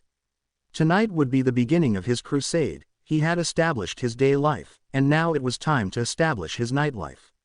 A man in a hoodie walked through the streets of one of the rougher districts in Tokyo that was still struggling to recover from the war. He was wearing a black hoodie with a mask over his face to cover his identity. Anyone walking by would assume he was the one going to do something illegal. This was Izuku on his first ever night out as a vigilante, not as Batman or any other name. Today he was just someone who wanted to make a difference and someone who needed to earn his cowl. Izuku heard a scream coming from an alley and quickly began jogging towards the sound. He stopped at the entrance to the alley, seeing a woman getting forced against the wall by a man with 3 more watching with sick glee. Izuku couldn't determine any visible quirks, so he decided the old-fashioned way. Izuku grabbed a loose brick from the floor before running full sprint at the gang. Before the closest guy could even react, Izuku slammed the brick into their face, knocking teeth out and them out. Before the other 3 could react, Izuku landed 2 quick punches into the side of the next one, bringing them to their knees, while at the same time kicking the one assaulting the woman in the back of the knee, bringing him off balance. Izuku finished his assault by going for the last one, giving him a roundhouse across the face that made the man go limp as he fell unconscious. Izuku didn't let the remaining have any chance to recover as he went for the man closest to the woman, grabbing him by the back of the head and slamming it into the wall. Before giving a whirl kick to the remaining guy, knocking him to the ground. Izuku released the breath he was holding as he looked around, seeing all the assailants were down and out, causing him to focus on the woman. She was trembling as she hugged herself tightly, keeping some modesty to herself even with the torn clothes. It seems he was fast enough to get here before they did anything, but she was still traumatized. "Are you okay, ma'am?" asked Izuku as he crouched down to her eye level. She flinched just from the slight movement, which was why he made no move to get closer. She eventually took some calming breaths as she looked at the unconscious attackers around her. "I'm good, they didn't, oh god, they almost." Her voice failed her as she put a hand to her mouth. Izuku began to use a soothing voice to try and calm her down. "Hey, don't think about that right now, just focus on my voice. What's your name?" The woman looked at him with an anguished look before opening her mouth. "My name is Watch Out." Izuku moved on instinct, diving to his right from his crouching position, narrowly avoiding a beam of pure energy. Izuku turned to see it was one of the ones he knocked out, who was shaking as he was standing up. Izuku rushed towards the man, trying to finish him with a punch, but the man created a small bubble of energy around him that blocked Izuku's punch, causing him to groan as he felt a recoil from it.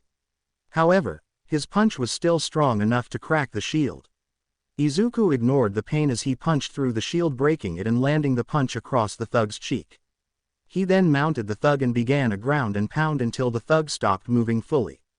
Not dead. Izuku caught his breath as he turned to the woman. You good, ma'am? Izuku's voice died in his throat as he saw one of the stray laser beams had hit the woman in the chest, going straight through. It was the beam he dodged, that was meant for him. Izuku put his finger to her neck trying to feel a pulse but felt nothing. Izuku clenched his fist feeling that fire in his heart just grow a bit more. The police came soon afterward and took the thugs in. Izuku turned in for the night returning to the cave where he depressingly stared at the computer as it showed the life of the woman. Bruce appeared behind him and just stared down at him with a neutral look. Your wrist is broken. Her name was Maiko. She died due to me. Bruce sighed as he rested himself on a crate.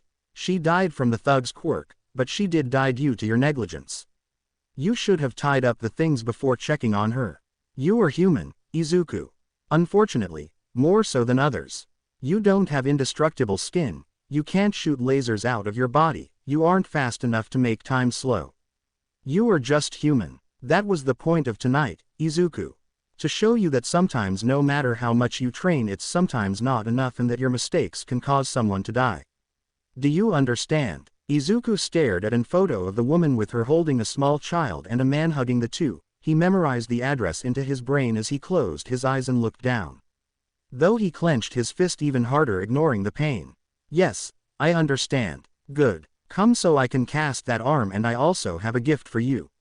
Izuku looked confused as he walked after Bruce before stopping in front of a platform. The ground began to shake as a pod came from the ground similar to the one where he found Bruce's old costume. The pod opened, making Izuku's go wide and even his jaw drop as he felt like crying. As this? Bruce answered for Izuku. Yes, it is something to even the odds. Izuku wanted to reach out to it but was scared it would disappear like it was imaginary. It was a Batman suit, with a red symbol on the front chest that made it seem to glow, and a black cowl that seemed to transform into a full mask as he looked at it. It is the Batman Beyond suit, but specifically the Arkham Knight version. This night you were just some person trying to make a difference. Tomorrow you will go as Batman. Narrator Pav. Saga 1. Year 0. Arc 1. Beginnings. The suit hissed as it fitted itself to his body, releasing the excess air so it was fitted perfectly. Izuku could hear the sounds of machines as they locked themselves into place, the plates shifting to perfection and separating at the joints to allow movement. The chest plates settled in place, showing a red bat symbol almost taking up the whole chest, and seemed to glow. Izuku began to flex his wrists and clench his fists, causing the metal covering his forearms to glow red, making Izuku raise an eyebrow. Also, when he clenched his fist, it caused the spikes on the forearm of the bat suits to retract and extend, and if he flicked his wrists, it caused claws to retract from the fingertips. A red cape emerged from his back that seemed to be the usual length of a cape, but it looked weird, like it was made of particles that just seemed to float behind him. Lastly, his cowl retracted over his face, covering it full, giving him a menacing look as his mouth was covered with a dark metal plate and his eyes a deep pure white. The legs were just as armored with the same red glow at the feet, around them all the way to the calf. Izuku clenched his fists as the HUD appeared in his mask, showing him a bunch of random numbers and symbols. Beyond Mark II, one of the most advanced suits that has been made for the family. Heavily armored in all major organs, but openings are still armored to allow movement. You are now bullet resistant up to a 50 caliber round. You are also highly protected against fire out to 2000 degrees Fahrenheit, extreme heat and extreme cold, with it going down to -300 degrees Fahrenheit, electrical attacks, most acidic properties, blunt force trauma equivalent to a building falling on you, plasma protection, and so much more. I can sit here for another 5 minutes. Bruce walked over and tapped a corner near the back of the helmet, causing it to open, freeing Izuku's face. Don't worry, it will open only for you. Also, the suit links to your thoughts, so try to close the mask again, and it also has some variations. Izuku closed his eyes, and the mask clicked back over like a set of plates going to full mask mode. Now just make the mouth open. The mouth portion retracted, revealing his mouth but keeping the top portion on, giving him that classic Batman look. If, for whatever reason, you can also retract the eyes and the top portion, in case you want to just use the mouth portion only.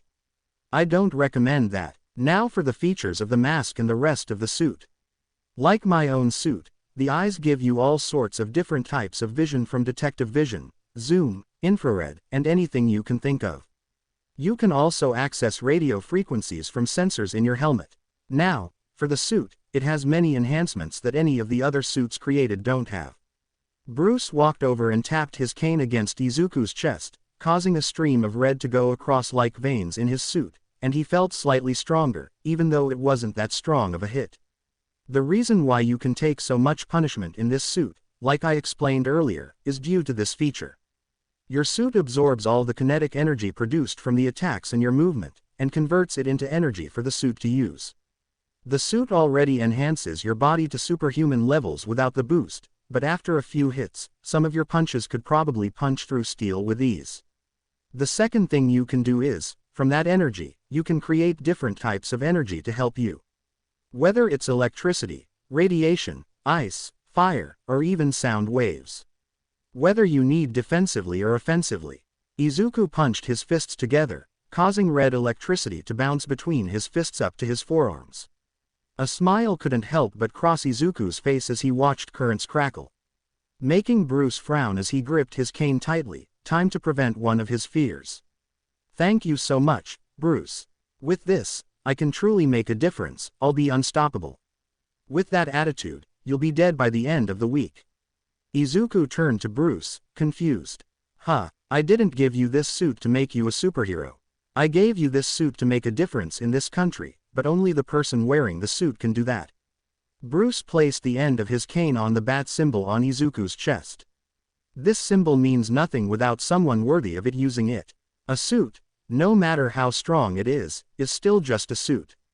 Anyone can wear the cowl and say they are Batman, but they have to show they deserve it. I gave you this suit to even the odds, because under that suit is still a human. Never forget that, Izuku.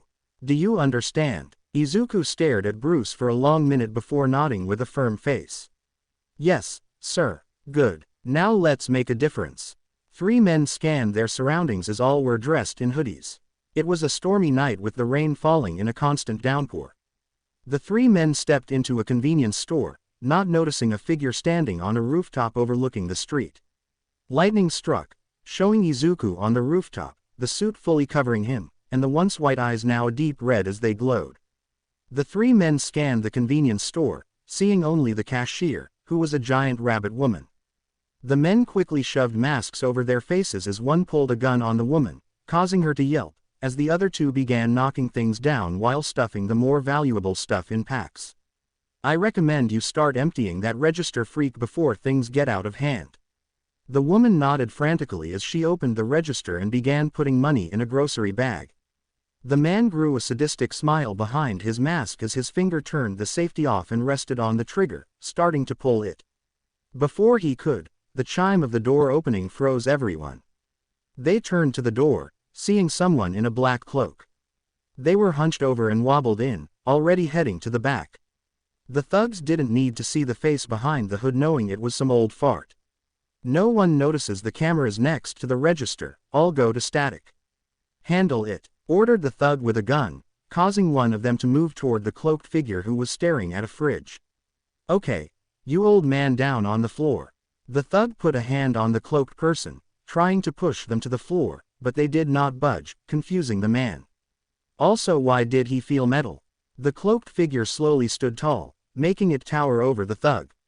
The cloak then started to whirl like dust, revealing red glowing blank eyes, as a metallic hand grabbed them by the face and slammed them into the fridge, destroying it as it knocked them out. The dust particles that were the cloak quickly reformed into a flowing cape behind him. From where he slammed the thug, red-like energy began to creep up his forearm, beginning his charge. What the? Izuku stomped his foot, causing a purple energy burst to come off him the same time he tossed a metallic object at the thug with the gun, knocking it out of his hand, making the gun slide to the floor as the lights cut off. Izuku rushed the other thug, grabbing them by the shoulders and tossing them into the ceiling light, causing them to crash into it before coming down to the ground hard, where Izuku stomped on his head, knocking him out. Izuku rushed the last one, shoulder checking them into the counter, causing them to yell in pain as the counter cracked before Izuku grabbed them by the neck and tossed them away to the floor, the same moment the lights came on. though it was flickering due to the broken light, giving Izuku a menacing aura as he stalked towards the final thug. The thug tried to back away, realizing that he was knocked towards the gun. He grabbed it and aimed it at Izuku, firing it frantically at him. Izuku, however, made no move to dodge as he continued to stalk forward, allowing the projectiles to bounce right off of him with no effort.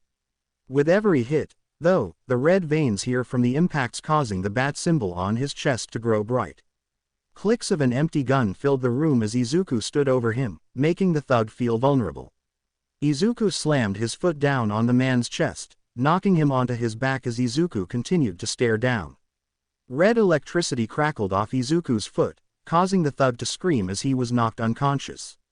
Izuku turned to the cashier, causing her to yelp as he stalked forward. "Take the money, please, just don't hurt me." Izuku's hand, which was reaching for her, paused for a second before continuing as he grabbed the batarang he had used to knock the gun out of the thug's hand back into his belt before turning and leaving. As he stepped out, he pulled out a grapple gun, taking him to a roof. A moment later, police arrived along with some heroes. Izuku stared down at the convenience store before looking down at his metallic hand. The woman was terrified of him, but so were the criminals. That was fine. It was something he was willing to sacrifice. He didn't need to be loved or admired. He needed to strike fear into their hearts. They had a symbol of something positive that didn't work. Now it was time to strike fear into these overconfident villains. Show them why he is Batman. Babel Protocol, Subsection Bat Colony, Entry 23, Addendum 15. Batman of Japan, aka Izuku Midoriya, name under consideration. Izuku has officially taken the role of Batman or one of them. He isn't the first to wear the cowl since I have been afflicted with this condition. Dick tried first like I had hoped, but he decided it wasn't for him a year or so in. I didn't let Jason try, and Tim straight up refused the offer. Duke wasn't ready, Cassandra didn't even acknowledge the request, and Stephanie didn't answer the call. Since they all agreed it was Damien's to inherit, which he did as he is the Batman of Gotham. I'm not sure how they would react to me choosing a new one after all they had done for me after I was turned old. Hell, if it weren't for my meta ability of slow aging, I'd probably be dead already from the jump in age.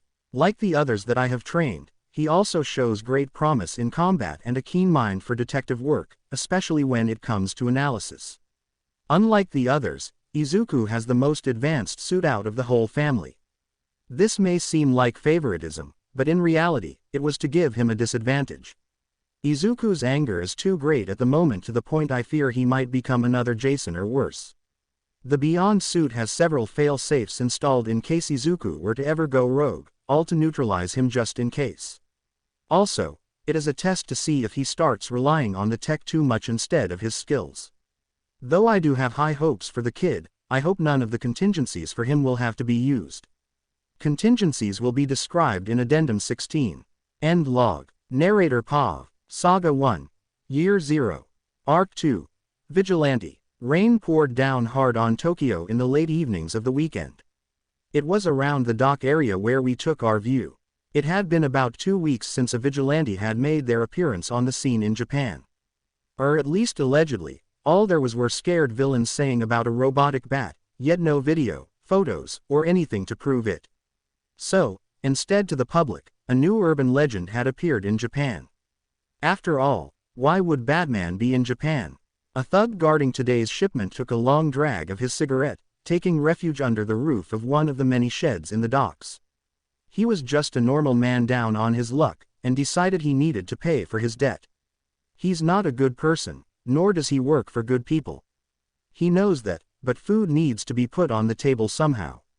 The man sighed as he flicked the cigarette away, about to go back on duty. Until a cable wrapped around his torso, pulling him up somewhere, not a sound escaping him. 2 guards walked in alternate paths across the docks, each scanning the boats coming in with rifles in their hands. One guard froze as he heard something in the water flapping. He slowly walked towards it, pointing his flashlight at the water. Not noticing the other guard was just gone. The water settled, showing a batarang floating in the water, confusing the thug until 2 hands broke through the wooden dock and pulled the thug under. The remaining 2 guards could be seen standing outside the large wooden doors of a warehouse. Both looked bored and tired as they lazily held their rifles in their arms. Neither of them noticed two small discs attached to the side of the guns. God, when's the next shipment coming in? You know I don't have that type of clearance to know, dumbass. Hey man, I'm just trying to make conversation. Just shut up. A figure jumped from the roof of the warehouse and landed about 20 feet from them, their landing cracking the ground on impact and scaring the life out of the guards. The figure slowly stood tall, revealing a red bat symbol that glowed in the dark and piercing red eyes. The figure slowly stood tall, showing that it towered over the two guards, as a cape seemed to materialize from nothing behind the figure. As the rain bounced off the armor, making small thuds on metal, the two thugs looked at each other.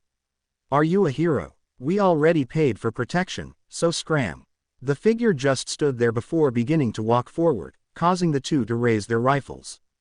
Just blast his ass. The two pulled their trigger, causing an electric shock to go through them, electrocuting them until they fell unconscious. The Batman just walked by the two as he pushed the door open. It revealed a warehouse with at least 6 cargo containers scattered throughout the warehouse. Batman's vision changed, causing his eyes to turn blue, and his fist clenched in his palm. He stalked over to one of the containers, grabbed it at the right edge, and peeled it open like it was a can of sardines. The contents of the container made something inside Izuku burn as his helmet took pictures. It was full of children, mostly girls ranging from infants to teenagers, all a part of some sick trade. All of them were cuffed to the side of the container. When he had opened the door, the girls immediately grew frightened by the figure. Batman froze for a long second, contemplating something, before crouching down to the nearest girl and reaching a hand to her. She tried to back away, terrified of the vigilante and scared of the touch. The hand grabbed her chain and shattered it by squeezing, shocking the girl and the others. They can't hurt you, right now, whispered Batman in a gentle voice as he turned off the red eyes, showing his green ones, and took out the mouth portion, showing his mouth. He quickly freed the rest of the girls, who grew less scared of him. He exited the container, showing them a safe place. Batman walked to the second container, opening it, revealing another set of people, this time all women of various ages, whom he quickly freed. The third was of boys and the fourth of men. Luckily, the fifth and sixth were decoy containers. Batman had them all huddled together as he tied up all the guards in a corner. As he was finishing shifting his mouth mask in place and red eyes returning, a little girl walked up to him. Go back with the others. The police will be here shortly. Batman was frozen solid, though, as the girl hugged his leg tightly, putting her head to his knee. Thank you. Izuku was frozen as he stared at the girl, hearing the sirens off in the distance approach, yet he didn't want to leave. His hand slowly ruffled her hair as something lightened in him a little. You're welcome. The girl separated from his leg and returned to the group with Batman staring at them. He quickly turned, boosting himself with thrusters into the sky a little before pulling out a grappling hook and shooting at a building while boosting himself out further. After all, it was still early into the night. Batman landed on the top of a speeding car, denting the hood as it swerved, trying to knock Batman off. What the hell is that thing? Just floor it. The thug looked out the window and extended his arm at Batman, trying to create a bone spear to kill the bat, but Batman just grabbed him by the wrist and pulled him out of the car. Before slamming through the roof of the car, making them both land in the back seat. Batman kicked the back seat of the driver's side, breaking the seat and pinning the driver against the wheel. Batman then punched the door open and slammed his palm into the pavement, making the car come to a screeching halt. Batman stepped out and grabbed a phone, which got hacked immediately, showing him locations of more warehouses. He tossed the phone away as he pulled out a grappling hook, the same moment a police car turned the corner. But he was already gone. A line of thugs aimed at a wooden door. They seemed to be in an apartment. They had turned several tables on their side as they aimed rifles at the door. They all had a look of uncertainty and some fear as they held their guns firm at the door. They were expecting a shipment to come, but it was stopped, according to the news. Now, all they heard in different parts of the apartment complex they controlled were gunshots followed by silence. So, now they aimed at the door, terrified. The silence was deafening as the gunshots had long faded away, meaning whoever they were fighting was either dead or had won. Since they got no response on the radio, They knew the answer to that question.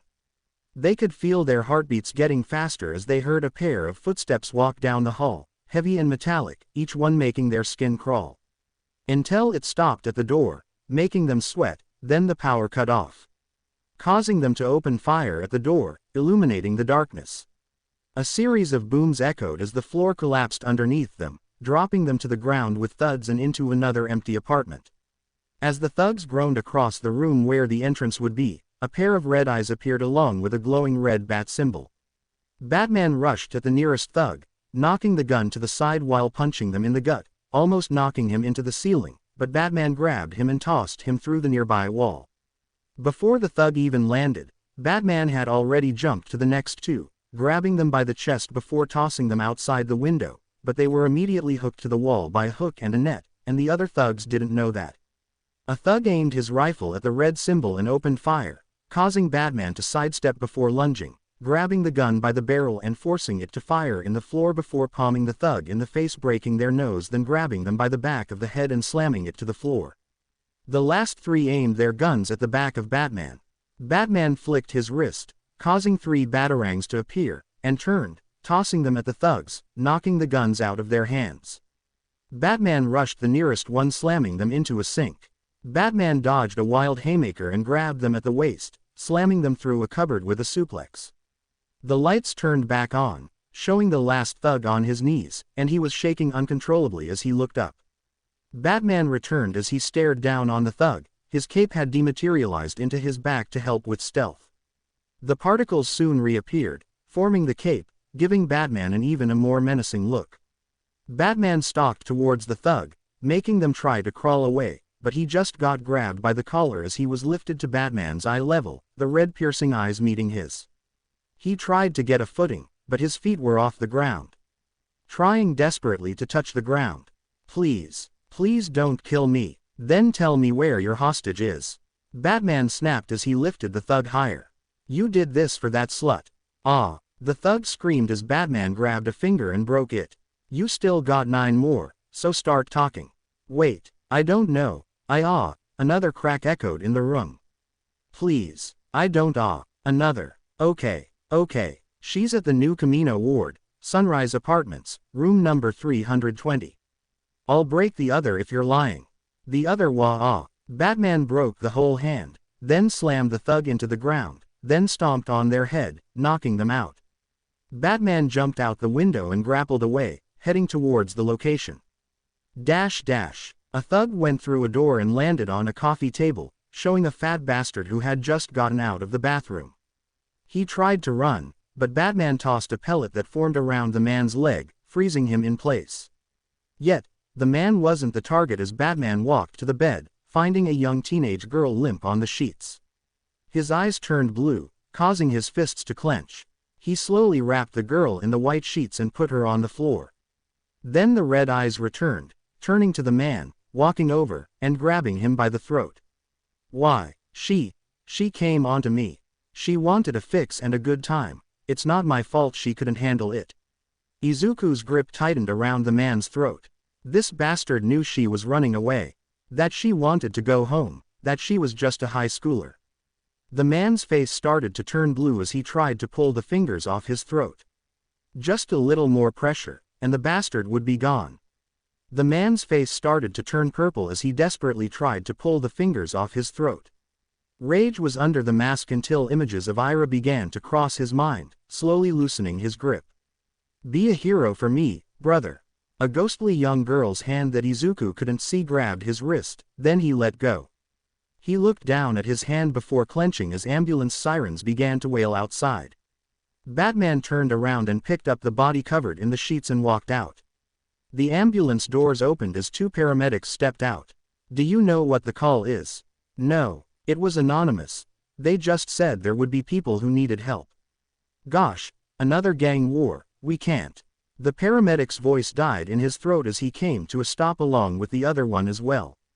Out stepped Batman holding the white-clothed body in a princess carry. He walked towards them. They should have been terrified of him, yet the way he walked and held the body made them feel remorseful. Name is Kara Kudo, 17, overdose and sexual assault. Most likely heroin. Batman gently laid her down on the stretcher that the paramedics pulled out. The culprit is upstairs, along with a few thugs. The two paramedics started to check the body as they took off the white sheets. Batman turned about to leave when one of them called out to him.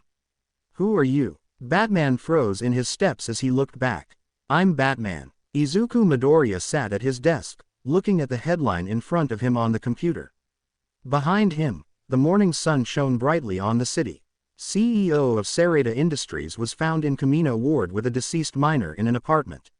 CEO Hiro Sarada was found in Sunrise Apartments with over 80 kilos of various drugs and a deceased minor, whose name will not be disclosed, who showed signs of sexual assault. The CEO has been charged so far with murder, sexual assault, and drug possession, with most likely to be added later. Though the interesting detail was that the authorities have not said which hero discovered this scandal. Even with Izuku reading the article, he didn't feel satisfied, like he wanted something more to happen. Unsatisfied. As he was staring at the article, the door opened, revealing May in a pencil skirt and a pink blouse. A smidge of oil was on her cheek, but he didn't feel like telling her.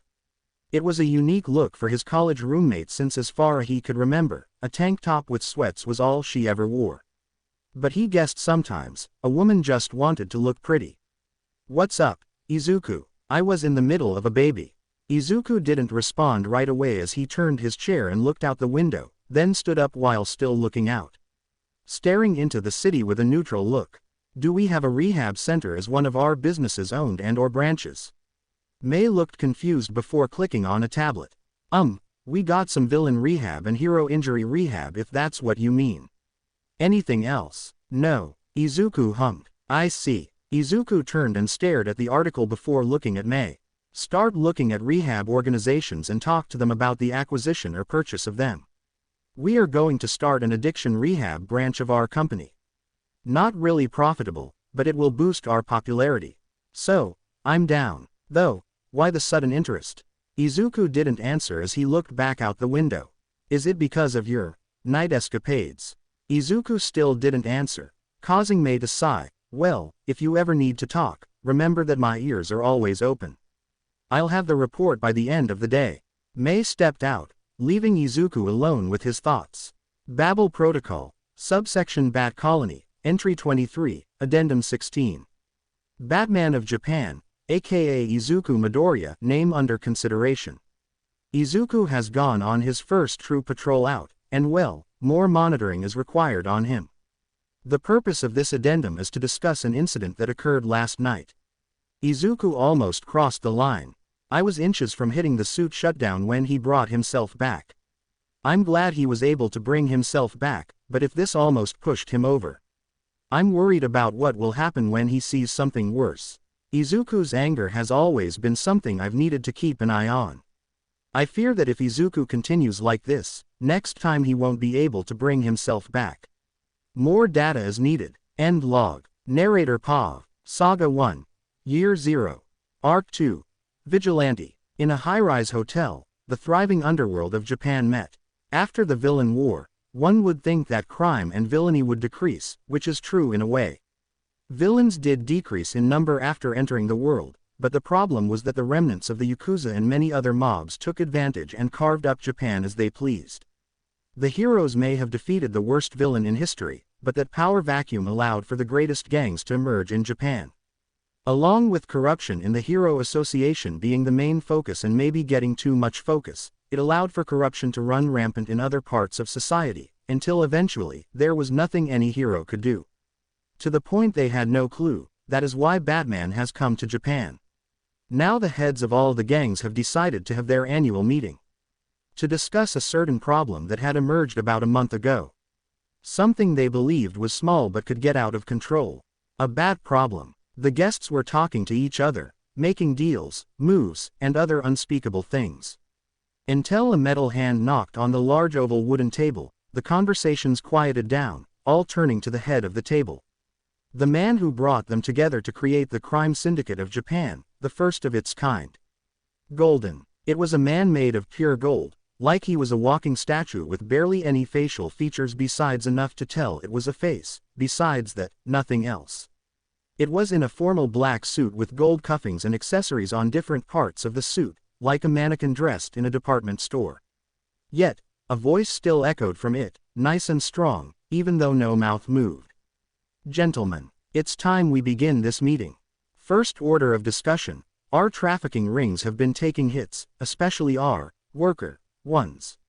In the past month, at least 10 warehouses have been hit and lost almost 5 million for us.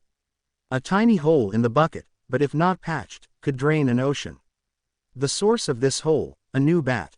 Golden tapped his finger on the table, causing a henchman to drop a metallic disc, which caused a holographic screen to appear. It was a video from a thug from their POV. It was obvious they were scared due to how much the screen was shaking. They glanced everywhere in what seemed to be a warehouse, until something landed in front of them, it slowly standing up, revealing the red bat symbol and towering figure. The video paused as the figure was taken into 3D and made life-sized with some alterations to make it visible, showing the Batman in full glory. This Batman has been the one causing us trouble.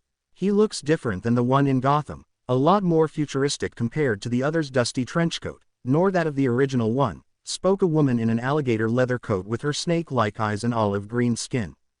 "It's most likely a new member of that family, as the others are all accounted for in Gotham," spoke up a hooded figure in the back. "I believe you are correct, but unlike that trenchcoat one, this one moves way more like the original." "Ah, that's some memories," spoke an older man with an eye patch.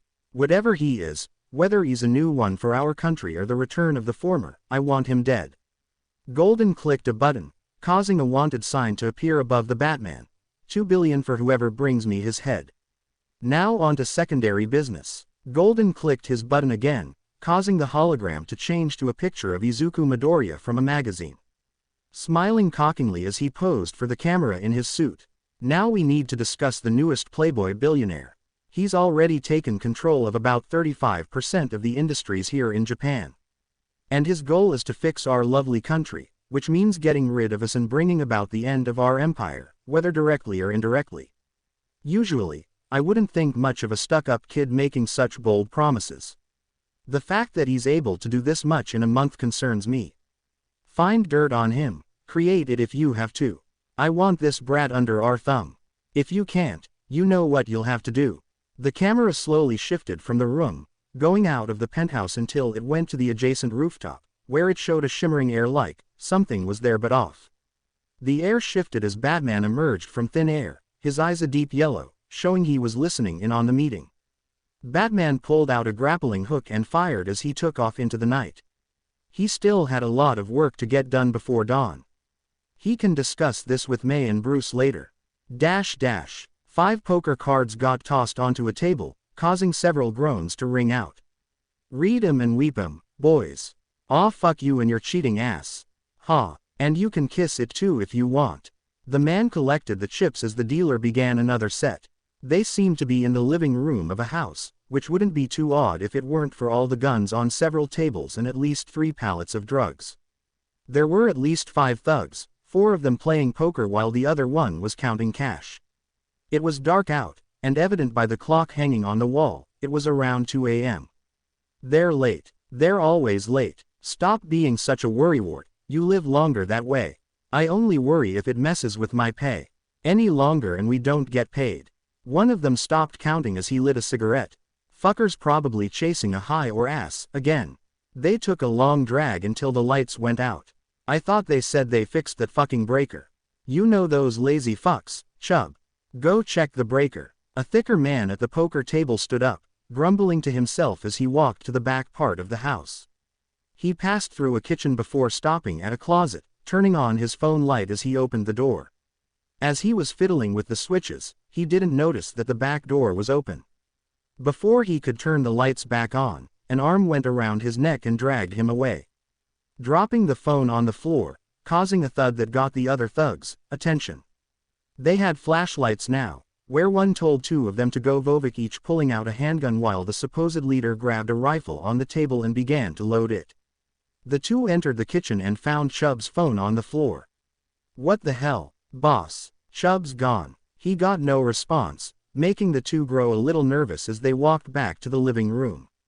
finding it empty with the rifle on the floor along with the flashlight, with both of the thugs in the room just gone.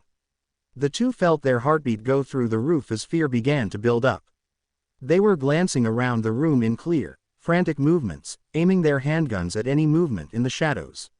Neither noticed the shadowy figure that had emerged from the darkness, stalking towards their back. A pair of metal hands grabbed them by the back of the heads and slammed them together, knocking the two out. The hands dropped the two unceremoniously on the floor as it clicked something on its forearm, causing the lights to come back on. Batman scanned the drugs, logging them into his system and calculating their prices before taking out what seemed to be a spray gun, as he sprayed a blue foam onto each pallet. He dragged and tossed the thugs outside, tying them up as the police began to pull up. He clicked the button on the spray gun, causing an explosion to destroy all the drugs as he took off in a grappling gun. A man got tossed through a table as Batman dodged a baseball bat and gave another thug a gut punch, knocking them off their feet and out instantly, before grabbing them in the air and tossing them at another thug. He was in the back rooms of a strip club, where he eventually kicked open a back room. He found a young man who looked confused until a batarang got thrown, hitting him in the shoulder and pinning him to the wall. He screamed in anguish as Batman walked by him and went to the bed, finding an unconscious teenage girl. His eyes glowed blue, making him nod as he picked up the girl in a bridal carry. "Hey, I paid for her fair and square, give her back." The douche got his mouth shut by the batarang as it electrocuted him. Batman exited through the back door but stopped in his tracks as a figure stood at the end of the alleyway. Batman's database quickly began to identify the figure in front of him, and he didn't like it one bit. It was a man of the mutant type with his whole body and face looking like a lion. A hero. "So, you're the one who's been causing chaos all over the city. I think it's time to bring you in." The hero's voice was cocky as he began to crack his knuckles. Lionheart. Rank: 327. Quirk: Iron Claws. "We don't have to do this. This girl needs to be taken to the hospital, she's been drugged." "I have no clue what you're talking about. It seems you've kidnapped an innocent girl who looks like she couldn't hang with the others. So, as the only hero here, I'll save her and return her to her boyfriend." Batman stared at the hero, his red eyes piercing through the hero, before a metallic sigh escaped Batman. He slowly put the girl down, hiding as he placed two things on her, a small bat tracker and a large square box. When he put it on, her created a red energy shield around her. Like a cocoon. "I guess 2 billion is a lot for an animal." The lion hero just smirked as his claws extended and turned to iron. "Hey, everybody has to make a living somehow. Just like that girl, there probably did." Batman fell into a stance as he got ready for a fight, his first fight with someone with a quirk. Unfortunately, it was with a supposed hero. Though you could say it's a blessing in disguise. The lion roared as he leapt at Batman, giving a wide, heavy swing with his right arm, claws going for the kill. Batman sidestepped to the left and gave a harsh punch in the elbow, then another in the shoulder cuff, making the hero roar in pain as he swung the arm to the side, claws out, trying to catch the vigilante as he turned.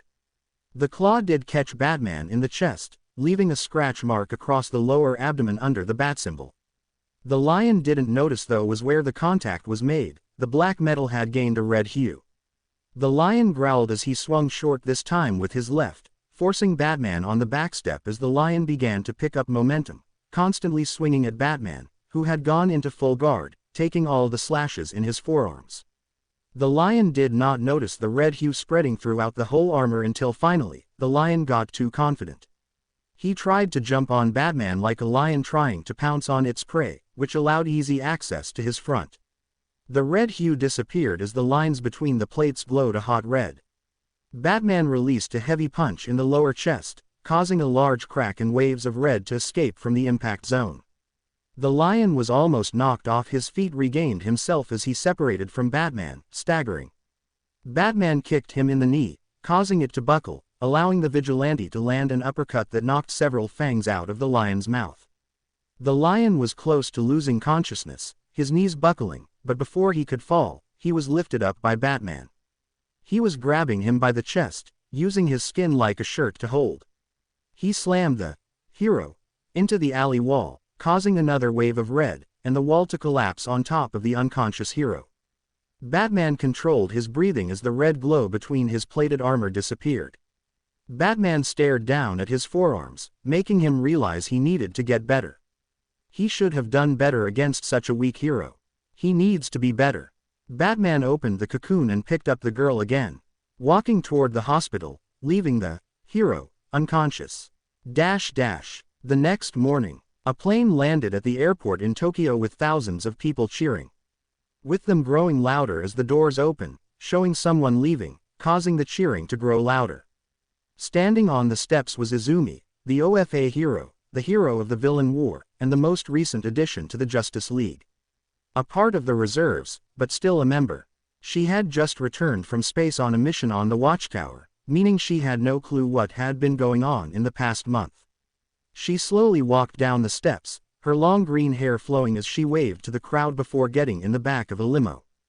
Goodness, it's so nice to feel normal gravity for once. In the limo was Izumi's secretary and her personal driver. Take me to Might Tower. It was quiet for a long second as the secretary gave a look to the driver, who returned the look as he began his drive. Sorry, Ms. Izumi, you've been called to the hero headquarters. A lot of things have happened since you went to space.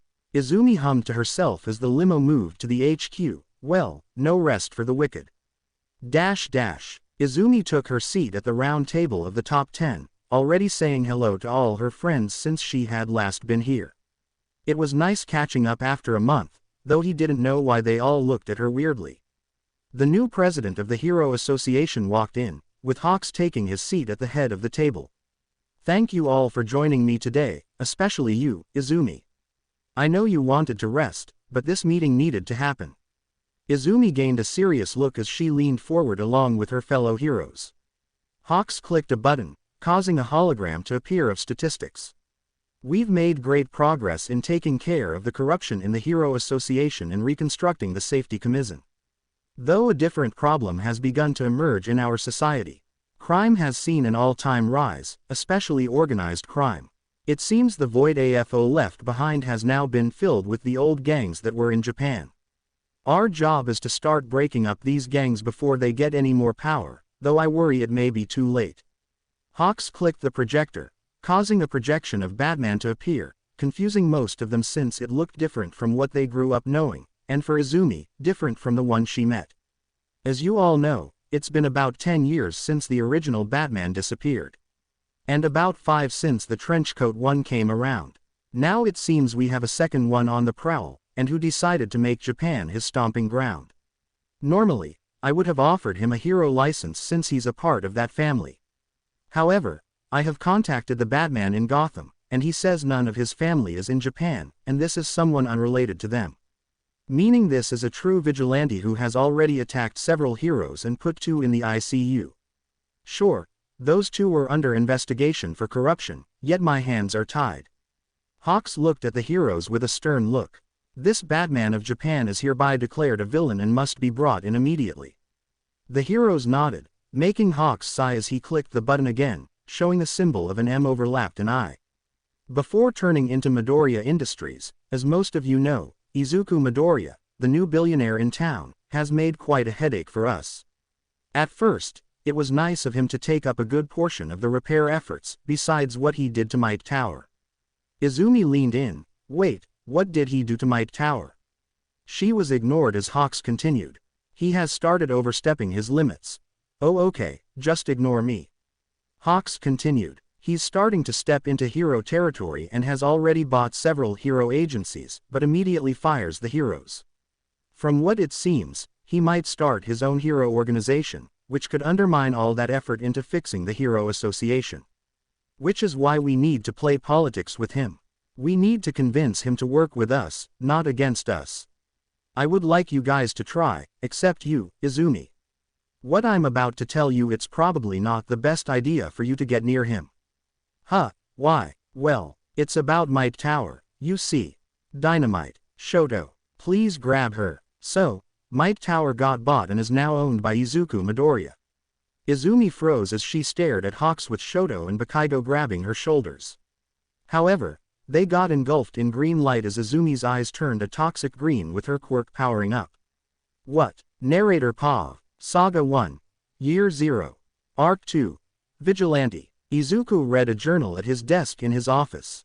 His chair faced out towards the city with the early morning sun peering down on his city. The journal he was reading was a list of designs of what May was working on in her lab. She wanted him to review them for both approval and to check for any mistakes. So far, he has found nothing, possibly because he hasn't slept in a week. Thankfully, with his grace, he should be fine.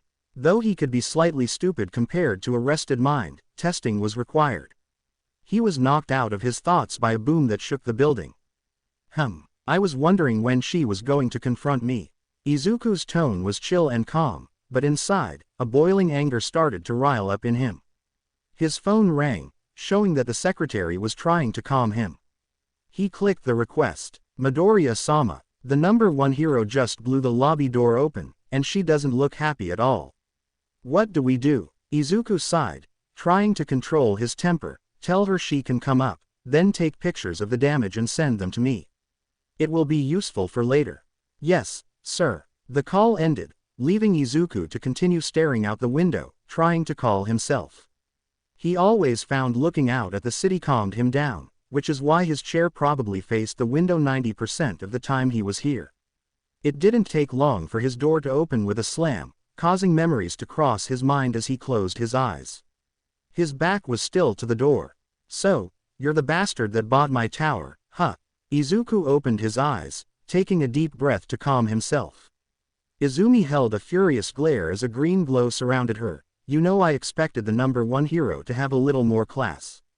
Not break down my lobby door and scare my employees half to death. Izumi looked shocked before realizing herself and cursing herself under her breath, causing the glow to disappear. I apologize for. The chair turned, showing Izuku's frown, causing Izumi's voice to stop in a hitch, like someone took her breath out of her body. Her eyes widened in pure shock while Izuku's held a deep hatred, something no amount of meditating could get rid of. Your apology doesn't mean shit to me. You can pay for the door and apologize to my people downstairs. Besides that, your apology can go. Izuku grabbed his hand into a fist, calming himself. What do you want? Izuku's voice was stern and dead as he stared at her while still processing everything. Izuku, is that you? We thought you were dead. Her voice was breathless, like she couldn't believe the words she was saying. Izuku just looked at her like she was stupid. What, just because I was quirkless and left you guys? That I just die since no one found me? Have you ever thought maybe I just didn't want to be found? Izumi shook her head as her voice got desperate. No, that's not what. AFO, during our final battle, said he killed you. He was trying to throw me off my game, but it gave me the motivation to beat him. We had been looking for so long that when he said that, we believed him. Izuku looked unimpressed. So, you took the word of a known psychopath who would say and do anything to get under your skin. Well, I guess I can't get mad at your stupidity since it gave me the time away from you all like I wanted. Izumi looked hurt, but didn't know how to respond, so she continued with her thought process. Where have you been all this time? Oh, you know, traveling the world, gaining knowledge from any source I could find, building my company and fortune, so I can complete my goals. While you were made a hero with OFA, I tried to learn to help in other ways. After all, I am just a Deku. Izumi looked away in shame, trying to bury all the memories of her mistakes. Izuku was her greatest mistake after all. I was just trying. Izuku interrupted her. Yeah, trying to keep me away from harm, to protect me from AFO. There's a difference between being protective and neglectful. And I can say for certain I never felt protected with any of you. Izumi gained an anguished look but couldn't refute it. I know you weren't here to apologize since you had no clue I was here. So, knowing you, you probably came here to threaten me to get your tower back. Like you usually do, threaten someone weaker to get what you want. Izumi wanted to refute, but she just couldn't. She was completely thrown off her game by encountering Izuku, yet suspicion was starting to rise in her chest. Where did you get all this money from, Izuku? Who funded you? Izuku looked at her like she was stupid. I don't have to tell you shit. Just look it up if you're interested. Now my lawyer will send you a bill and a restraining order. Izumi looked up, reacting like she had just been slapped. What? You kidding? You really think I'm not going to make you pay for destroying my door? Oh, you're talking about the other. Are you brain dead? I hate you, Izumi. I hate your parents. I hate the idea of a world where you were a part of my life. Get the fuck out of my building or the world will find out what you did to me. Izumi stood there for a long second until she turned on her heel and walked out, leaving Izuku alone once more. Izuku was gripping his chair so hard he didn't even notice that its wooden arm handle was broken and cracked. His blood was boiling to the point he just felt hot, like he was on fire. He looked back out to the city, but this time the anger didn't die as he looked out to the city. A man could be seen running full sprint away from something, going through the alleyways with fear on his face. As he turned a corner, an arm clotheslined him, knocking him on his back. Before he could get up, a foot stepped onto his chest, pinning him there. The man looked up, terrified as red eyes stared down at him, to the point he could feel the hate. Tell me where you're keeping the kids, Jiren. The voice held no room for discussion when Batman asked. It was clear he was mad. I can't tell you. They would kill me. Batman just glared down. His foot started pressing down harder, making cracks start to come out as Jiren gasped for air. Activate left boot thruster, 2% power. Jiren looked to Batman with fear, pain, and confusion as he heard something starting to wind up. Then all he felt was pain. Jiren's screams bounced off the walls, the smell of burning flesh contaminating the air. Jiren's arms banged and scraped against the leg, trapping him, desperately trying to push it off. Yet, Batman kept his foot there, uncaring as he glared down at the squirming villain. Until the booster stopped, allowing the broker to have a moment of recovery. You ready to talk, Jiren? Jiren started to cry. I can't. I don't want to die. Boosters activate to 5%. Jiren's eyes widened. Wait. What? Your memory's starting to work again. Jiren looked terrified of Batman or his boss. The vigilante couldn't tell and didn't care. They're in the back of the laundromat on the east side of Tokyo. Please just stop. Batman just continued to glare as he kept his foot on Jiren's chest. I would recommend getting a cast soon. Wah-ah. Batman grabbed Jiren by the arm and pulled him up while pushing his foot down, causing a loud pop as Izuku dislocated his arm. Izuku dropped the pained Jiren before slamming his foot on his head, knocking him out. Izuku was gone as police sirens came down the alley. Batman ran through a plaster wall. The man he tackled getting spine dropped through a table. A dog jumped from the hole onto Batman's back, but Batman just reached behind, grabbing it by its nape and tossing it against a wall. Another thug appeared, shooting 3 shots at Batman from a handgun. Batman flexed his arm over his head, protecting it as the bullets connected, bouncing off the armor. Izuku flicked his wrist with his left hand, forming a batarang that he tossed at the thug. The batarang jammed into the barrel of the gun the moment the thug fired, causing the gun to backfire, blowing the thug's hand off, and causing his screams to fill the back room. The thug fell to his knees holding his mangled hand, tears streaming down his face. Hard thumps rang in the thug's ear, forcing him to look up, seeing Izuku staring down at him. Izuku grabbed the thug by the mangled hand, making him scream even louder as torn fingers were squeezed. Where are they? Izuku's voice through the mask was full of hatred and anger as he squeezed again, making the thug squeak and cry in pain. There's a fake wall. You can just break it open. Izuku backhanded the thug, knocking them out with a sickening crunch.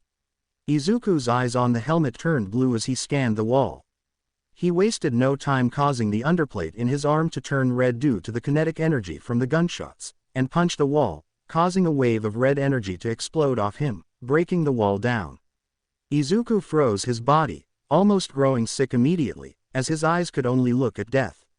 Bodies upon bodies, none even half his age.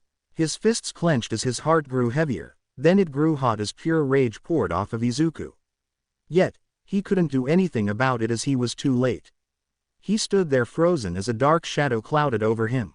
In a dark cave in America, a family watched some tapes with a serious expression. In front of them was an extremely large computer that was playing footage of the new Batman in Japan. Most were amateur footage or from police body cams. Except the one in the middle, which was the only one that had good footage and seemed to be from a drone. Monitoring this Batman from a distance. He's been trained, that's for certain, and he's good as well. Dick spoke with his usual light tone as this Batman did a double kick on two thugs.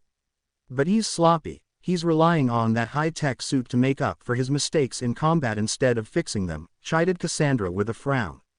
He's aggressive, almost downright going for the kill. I can see the hatred in him from here. Jason had a weirdly calm voice, like he was looking into a weird mirror. So, we have no leads to who this mystery, Batman, is, and he has better tech than we do. Great. Tim sounded tired as he rubbed his head. However, the quietest of the group was staring at the screen the hardest out of all of them. The heir spoke up. Has anyone heard anything from Father? They all were quiet until Oracle spoke for them. No, he is still completely off the radar with only a few appearances in CEO meetings, but all abroad. Even then, all a couple of years ago. He isn't answering the league, and the last thing Superman got from him was a resignation of his spot in the league. Damian just continued to stare at the screen watching this fraud struggle against some lion man. I have two theories about this fraud. First one, this could be Father who is either still trying to fight crime in his old body or regained his youth and is trying to get used to it. My second, is something that don't want to be true. Everyone looked to Damian wondering what got the young man worked up. Father picked a different successor. Narrator Pav, Saga 1, Year 0, Arc 2, Vigilante, Mature Warning. Izuku broke a man's arm with ease, then tossed a thug into a wall. He was in his bat suit, tearing through a group of thugs. Yet, there was no finesse in his moves, or even care for himself. Taking hits left and right, just brute forcing his way through them. All his attacks were brutal, going for the most amount of damage possible, every punch fueled by his hatred, yet his tank was still full. And with each trafficking ring he broke up, every crime he stopped, every body he found, his anger and hatred just grew more and more. He had been Batman for only 5 months, yet he feels like years have been taken off his life. He felt tired, even with his virtue, but it wasn't physical, it was emotional. Yet, one thing still drove him to get up and focus on his masquerade. To the point he hasn't appeared in public as his rich person in 2 weeks, blaming a sickness. His pure unwavering hatred, his hatred for himself for not being fast enough, his hatred for himself for not being strong enough, his hatred for society in allowing this filth to exist, his hatred for heroes who allow atrocities like this to happen, his hatred for the corruption, his hatred for his parents, his hatred for the night when Ira died, his hatred for his past. His hatred had always been there, buried deep under his emotions. After Ira's death, it had slowly started to seep out of him, coming out more and more after every crime and case, until his heart was filled with pure hatred.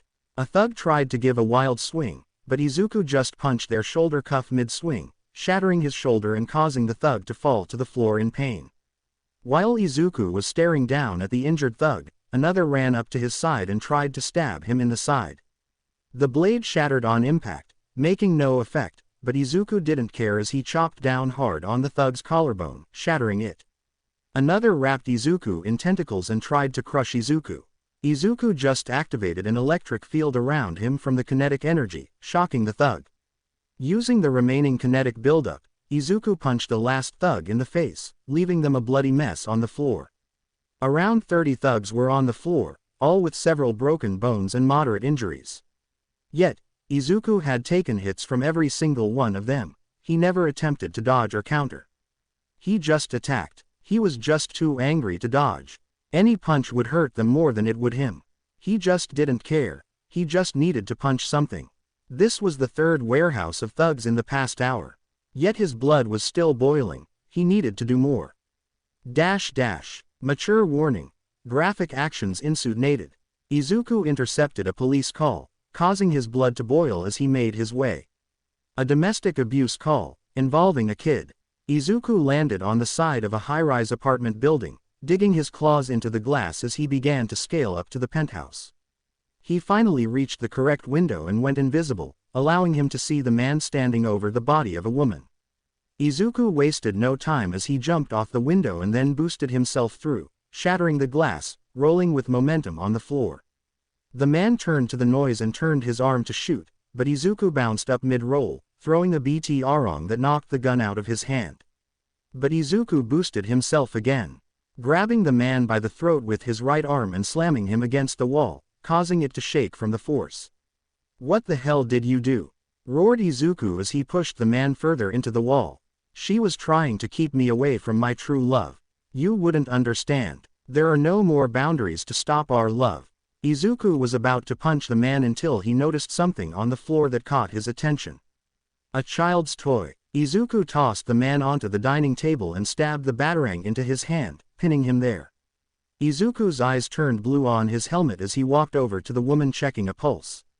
The detective's vision confirmed her death, but he quickly ran through her database, and his blood boiled even more as a picture of a little girl appeared next to the woman. Izuku stood up and looked through the apartment walls for her until he saw a heartbeat in a room. He quickly went to the room and found the girl lying on her bed, alive. Her eyes were blank and voided, staring at the ceiling unmoving, traumatized, but she didn't react to the door slamming open or him standing over her. His eyes turned purple on his helmet, changing the detective vision to a different vision, this time UV. Izuku's body began to grow hot as there were so many spots, so many handprints. Something snapped inside him as he left the traumatized child and returned to the man, the monster. "What have you done?" Even though his tone was quiet with a chilling calmness to it. You can hear the hate in Izuku's voice as he yanked the man off the table and held him in the air. Izuku didn't remove the batarang first, tearing a hole through the monster's hand. "I was just consummating my love when that bitch returned home. She was so loud with her screaming, ruining the mood. I just had to shut her up." Izuku growled as he slammed the man into the wall, cracking it even more than punching him across the face. "You were supposed to protect her. You defiled that trust." Izuku screamed as he punched the monster in the face, though his smile never left. Defile is such a strong word. With time, she will see this as love, and understand that no matter what, she is mine. Izuku's veins began to bulge as he grabbed the man's arm and twisted it, breaking it with the enhanced strength from the suit. The monster just laughed as he looked Izuku in the eyes. "Love transcends time, hero. Love transcends distance. Even if you separate us, my love will always be with her. And no matter how much time passes, she'll remember." Izuku roared as he grabbed the man with both hands and slammed him against the window, shattering the pane.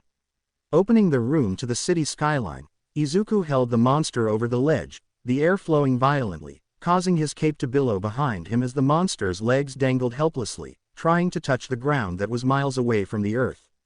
Izuku was huffing as he failed to regain his composure. He felt like he was on fire, his teeth ground against each other, and his eyes bulged with pure hate. His heart was thumping into his chest with his rage growing by the smug look the monster was giving him. "You know, even if you kill me, she'll never be able to forget my touch. Anytime a boy even so much as looks at her, she'll think of me and always me. If that isn't love, then I don't know what is." Izuku's vision went red. He didn't even notice the small golden apparition trying to stop him. He snapped, but instead of his hands growing tighter from fury instead they loosened. Izuku's fingers were no longer holding anything as Izuku's vision returned to normal, showing no one in front of him and empty hands. Nothing but the night sky and the wind, all by himself. Izuku heard screams down below, but he didn't look, he was too scared to look. His knees felt like jello even with the power of his suit, as he stumbled backwards until using the marble counter to lean against. His hands were shaking as he stared down at them. He killed someone. He had crossed the line. Izuku felt bile start to rise up his throat, almost making him throw up. "What have I done?" Izuku looked at the reflection of himself in one of the remaining windows. He didn't see Batman in that reflection, he just saw a broken, angry man using an expensive suit to take his anger out on the world. A failure. Izuku arrived in the cave, walking in through one of the many entrances. He was still out of it, making his way to the large computer in the middle. He walked towards the computer until he froze, unable to pick up his feet. His helmet gave him a red alert, making him grow confused. Suit override. Failsafe on standby. Izuku tried to move in general, but he couldn't even move his arms. He was completely trapped in his suit. He heard 3 footsteps behind slowly walking to his front, showing Bruce with a pissed-off face, cane in his hand. "What did you do, Izuku?" Bruce's voice wasn't loud, but Izuku could hear the disappointment and anger. He wanted to look away, but he couldn't. Helmet off. Izuku's helmet popped off from the command, showing Izuku's face. "Don't you try to look away from me. Look me in the eye and tell me what you did." Bruce grabbed him by the jaw and forced Izuku to look him in the eye. "What did you do?" I did what I had to do." Bruce growled as he whacked Izuku across the face. "So, you think taking the law into your own hands was what you should have done?" Judge, jury and executioner all rolled up into one angry man. "Huh. Is that what you are?" Izuku growled but received a punch in the face due to the act, causing a metallic taste to build up in Izuku's mouth. He deserved it for what he did to that girl. "Oh, so your personal feelings matter more than that girl. Your satisfaction in delivering your own justice was more important than that girl ever getting closure. She'll never receive the satisfaction of watching that man suffer even a fraction of her pain, since for him, his pain was over in a second. Is that fair? Are you satisfied? Or do you need more to feel it?" Izuku huffed as his anger started to turn into frustration. How could Bruce of all people not understand? "I bet you're wondering how I cannot understand. That's the problem, Izuku. I, of all people, do understand. I understand how easy it is to kill someone, to just take matters into your own hands. I've been tempted thousands of times, and how easy my life would be if I did kill every psycho I came across, yet that wouldn't make it right." Bruce forced Izuku to meet his eyes again, this time a deep emotion in them that Izuku couldn't read. "Killing is a slippery slope, Izuku, that people like us need to avoid. We can say only monsters like the one you killed, then who's to say you won't add drug dealers to that mix? Then maybe any person you find doing a felony. Who says that eventually you just kill anyone that you find committing a crime? Killing takes a portion of what makes you a human. If you continue as you are, can you say you're human anymore?" Izuku didn't answer. "What I'm trying to tell you, Izuku, is that we need to be better than the animals we put away. We have to show the world that there is a better way, because if we can't, then who can?" Izuku stood there frozen, not realizing the suit was long unlocked. Bruce sighed as he put a hand on Izuku's shoulder. "You're barred from being Batman, until I say you're ready." Izuku didn't respond, causing Bruce to sigh as he clapped his hands, causing the suit to come off of Izuku and return to its case in a wave of particles. Izuku looked defeated, like a kicked puppy. "I failed you, Izuku. I trained your body to be ready, but I failed in getting your mind ready for the cruel world out there. I thought you were ready due to the situation with Ira, but I was wrong. Don't think of this as me trying to punish you, think of it as you taking a break. Clear your mind and find yourself, Izuku. Determine who is needed more in Japan. Batman or Izuku Midoriya. Once you do, come back to me." Bruce didn't wait for Izuku's response as he turned and left, entering an elevator. Leaving Izuku alone in the cave. Izuku stared at the Batman suit he used in its case. His reflection was slightly off on the glass, not aligning with the mask. For the first time, since he started his crusade, Izuku doubted his purpose. He stood there as the lights turned off, leaving him in the darkness. The morning sun shone dimly due to a misty morning. Izuku arrived in a limo outside of a cemetery. He was in a nice black suit as he stepped out with a bouquet. Izuku took a deep breath before walking towards the gate, the word, cemetery, nice and big at the top. He walked along the stony path, passing many stones on his way to his destination. He had bought a small plot of land in this cemetery for people of the Midoriya, where he would rest once his time was up, and where Ira was resting now. He walked up a hill coming to an opening between trees, until he came across a single stone monument. The Midoriya Haka, with only 2 names on it, one etched in red, his name, and the other already without color. The stone was in almost pristine condition besides the many sakura petals resting on the stone. Izuku couldn't help but smile at the beautiful sight. He always knew Ira was special, this confirmed it. After all, this plot was barren when he bought it. Hi, Ira, it's been too long since I've been here. Forgive me for that, I have no excuse. Izuku was met with silence in return, making him take a deep breath. He went to his knees in a respectful kneel, ignoring the dew that was getting his pants wet. I messed up, Ira. I tried to live up to that promise. To be hero in your stead, to fulfill your dream for you. Yet, I did something no hero should do. I try, Ira. I keep trying to be a hero that you could look up to, a hero that you would cheer for. Izuku looked away from the stone, that night beginning to repeat in his head once more. Her cries of pain, then her final request. Every time I step out there to be that hero you wanted to be. I just keep thinking of that night, and the anger just consumes me. I tried to hold it in, I really did, but it just kept eating at me. Until I finally got to a case where I couldn't control it and I crossed the line. I failed you, Ira. I'm not cut out to be the hero you wanted me to be.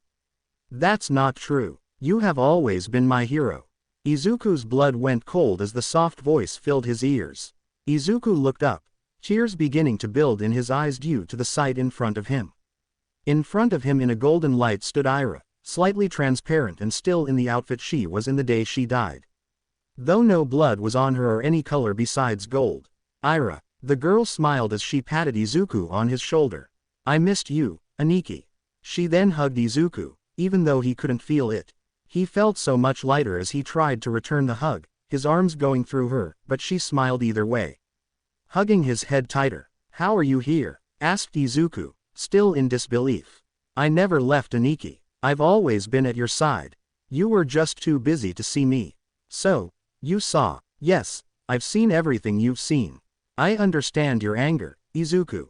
All the evil you've seen, no human could see that and be the same afterwards. The fact that it pains you, after killing that monster. It shows that deep down beneath all that hatred and anger, there is still a human. My brother. Izuku began to cry, something he promised himself he wouldn't do anymore, but he couldn't help it. After so many years he was reunited with his little sister for the first time in a long time. He didn't feel angry or empty. Ira just floated to his side and sat next to him, putting her head on his shoulder. Izuku didn't notice that a golden aura surrounded him as it came off of Ira into him. Izuku's wrath disappeared as he gained a new virtue from Ira. Patience. Izuku walked down the streets with a chirpy step in his feet. He felt fresh even though he hadn't slept in like a month. He just felt better and oddly lighter. People looked at him as he walked the sidewalks, which made sense considering a billionaire was casually walking down the street. Izuku, though, still had to admit, he had doubts about himself. Ira believed in him, but he didn't believe in himself. He wanted to help society, but he didn't know if it should be as Batman or Izuku Midoriya. The very question Bruce had left him to ponder on. Yet, he still couldn't tell which was the right answer. As Izuku contemplated this question, he bought many things for people and helped many people in the area. Whether it was groceries or some toys for some kids, he just didn't care as he helped out. After all, to him it was about a drop in a bucket. As he was helping an older lady put groceries in her car, an explosion rocked the street. Izuku used his body to cover the lady until he turned, seeing the cause of the ruckus. Izumi and a villain had crashed into the middle of the street.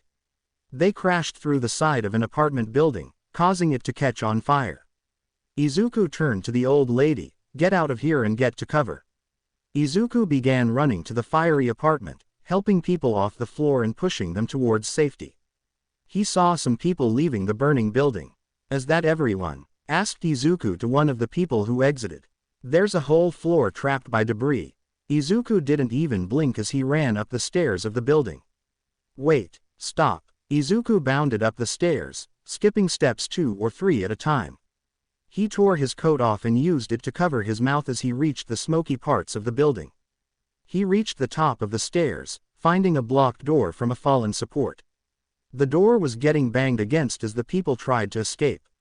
Izuku wasted no time, taking his coat off his face and using it as support for his hand as he began to lift the stone pillar blocking the door. He lifted it fully into a clean press before kicking the door down. "Is there anyone else?" They nodded no with a dumb look as they began to walk down the stairs, until one woman stopped, a baby in her arms looked behind her. Kazuo. Kazuo. What's wrong, ma'am? My son. He was just next to me. He must have gone back to our home for something. I have to. No, I got it. Get downstairs. What room? 412. Please, sir. Save him. Izuku nodded as he wrapped her with his coat to protect the baby. As he ran down the hall towards the apartment, the fire was starting to get worse, along with the building continuing to shake from the fight on the street. He reached the door and kicked it open, finding the kid on the floor, unconscious and holding a stuffed animal. Izuku wasted no time in tearing his shirt off, revealing an undershirt, as he wrapped the button-down shirt he was wearing around the boy's mouth as he picked him up. He turned to leave the apartment, but the entrance collapsed, blocking it off with fiery debris. Izuku scanned the room, trying to find a way out as he pulled the boy close to his chest. As he saw a window. Well, this is going to hurt. Yes, Izumi is basically just dressed like Tatsumaki. Gonna be honest, just got lazy in thinking of a hero outfit. Izumi used her telekinesis to slam the exploding villain into the ground, pinning him there in a green glow until they fell unconscious. Izumi's dress flowed with the wind as she floated in the air, taking deep breaths. She wasn't expecting this to be so hard. She had been getting weaker due to losing OFA, but this much was insane. She turned to the fire that was raging at the apartment, the one she crashed through. The fire department was already fighting the flames, though Izumi noticed a woman crying for her baby towards the fire. As Izumi was about to fly into the fire to get them, a window on the 4th floor shattered as someone jumped out back first and landed on top of a car, caving in the roof. Izumi swore she saw a golden light around the person that shattered when they crashed into the car's roof. Izuku laid on the roof of the car, the boy in his arms as he looked to the blue sky. Ow! Izuku sat up and got out of the car with a grunt as the woman ran up collecting her child. Thank you. Oh, thank you so much. Please let me repay you. Izuku got a good laugh at that as he stood over the doting mother, his coat still on her. Trust me, I'm the last guy to need a payment. Instead, come to me. Izuku pulled his coat tighter around her and reached into a pocket, pulling out a business card. Once the insurance helps, I will cover whatever they couldn't and better understand me. She just nodded dumbly as she read the card, recognizing the name. That goes for everyone here. Contact me and all. You know what. Izuku took out his phone and began to try and make a call the same time. The paramedics tried to take him to the ambulance. He waved them to go to the women and the others, but he was outvoted and taken to the back. From afar, Izumi watched with a stunned look as she had the police take the villain. She had just watched her once helpless brother jump out a window and get up like nothing happened. The second thing that bothered her was the bruise to her ego, her old self poking out, noticing all the civilians going to Izuku to check on him while she, the #1 hero, didn't receive a single look. Did he really inspire that much change since she was gone? She couldn't stop her feet from walking towards him. I don't care if it just burnt down. I'm still buying it. Izuku, at the moment, was arguing with Mei over the phone, the crowd kind of dispersing as police arrived and the reporters trying to talk to him. Izuku, however, gained an annoyed look when he saw Izumi approaching. Aw shit, I'll call you back, Mei. Got to deal with something. Izuku hung up the phone. Hey, the order says 100 yards. Izuku shouted at Izumi, who stopped in her tracks. Oh, come on, don't be like that, I just want to make sure you're okay. Yeah, well, you can ask my lawyer how I am. The two began to bicker at each other from a distance as Izumi didn't want to get another fine from the association. The reporters, though, were just eating it up as they recorded it all. Until one final reporter finally asked the question, is this a lover's spat? The response from the twins was instant, ew. What the fuck? Izumi added on, no, he's my, don't you dare finish that. If you do, I'm gonna sue your ass. Oh, you're gonna sue me, is that all you know what to do? The two began to bicker again to the point that the police actually stepped in and separated the two so they couldn't see each other. Izumi was fuming as she paced back and forth by a police car, now not having to worry about civilians due to the police tape. As she was pacing, a few of her friends arrived, most likely ones in the area. Bakugo, Jiro, Shoto, and Momo. Izumi, you okay? asked Bakugo in a soft voice as he walked to her side. Izumi hesitated to answer. I'm fine. Just frustrated is all. What? That guy in the ambulance? Asked Momo in her usual caring attitude. However, Shoto and Bakugo looked like they saw a ghost. As that? Yeah, it's him. Jiro and Momo looked confused as the punk talked for the two. Who's he? Izuku. My brother. Babel Protocol. Subsection Bat Colony. Entry 23, Addendum 20. Former Batman of Japan, aka Izuku Midoriya, name under consideration. Izuku Midoriya. This kid, I messed up bad with him. I trained him to replace, to be better than me. Yet, I ignored the one thing I, of all people, should know what to worry about. I tried to work on his mental state, but it seems I didn't focus enough on it. Especially, when it comes to mental fortitude. I didn't prepare him enough to be able to handle the horrors he would see. Because of that, he crossed the line I preached to the others never to cross so many times. Yet, I wasn't angry at him for it, I was angrier at myself for failing him. Any normal person would have cracked and done the same. That blood on Izuku's hands is mine as much as it is on his. I failed him. I took the suit from Izuku and have barred him from being Batman, until one of two things is met. He finds himself and gets his emotions in control, or he decides being Batman is not for him. I want him to get better, but deep down I'm disgusted to admit it. I want him to not return to this life. This life doesn't deserve a kind soul like him. I believe Japan needs Izuku Midoriya before it needs a Batman. End log. Narrator Pav. Saga 1. Year 0. Arc 2. Vigilante. Izuku took a deep breath as an elevator took him down to the cave. It had been 2 weeks since he was told to leave, and he felt like he was ready to reclaim his destiny. Yet, he felt nervous, like he wasn't ready to confront his mentor just yet. As he stood there having second thoughts, Ira materialized next to Izuku as he fidgeted there. You need to calm down, Aniki. I know you can do this. Izuku smiled as he calmed down a little. You know, I've been wondering, why do you sound older but still look the same when you died? If you don't mind me asking. Ira looked the same as she did when she died. She resembled an 8-year-old, with her short, blue hair still small compared to the 20-year-old Izuku. The reason why Izuku was asking, though, was because even with the child's body, her voice sounded like a 14-year-old girl, as if she had aged normally in the past 6 years. Which Izuku thought was a little unnerving. Though he would never tell his little sister that. I don't know. Maybe because I don't know what an older me looks like. I didn't look like my mom, and I don't know who my father is, so I don't have a basis to build off of. Also, I haven't tried to change it. Izuku hummed at that in curiosity as the elevator finally opened with Ira disappearing in a golden light. Izuku walked out and began walking to the computer, where Bruce could be seen looking at videos. All of what Izuku had been doing as his rich persona these past 2 weeks. The fire in the apartments, his acquisition of whole neighborhoods, and lowering rent prices and houses in general. Destroying years of mortgages and things like that. Basically, this caused the housing market to completely change due to his underselling so many homes and properties. He caused the housing crisis in Japan to disappear or heal overnight. Izuku thought he could have done more, but he put that in the back of his mind as he stepped behind Bruce, who finally acknowledged his presence by turning the chair around. So, have you made your decision? Izuku met Bruce's eyes, not flinching at the hard look.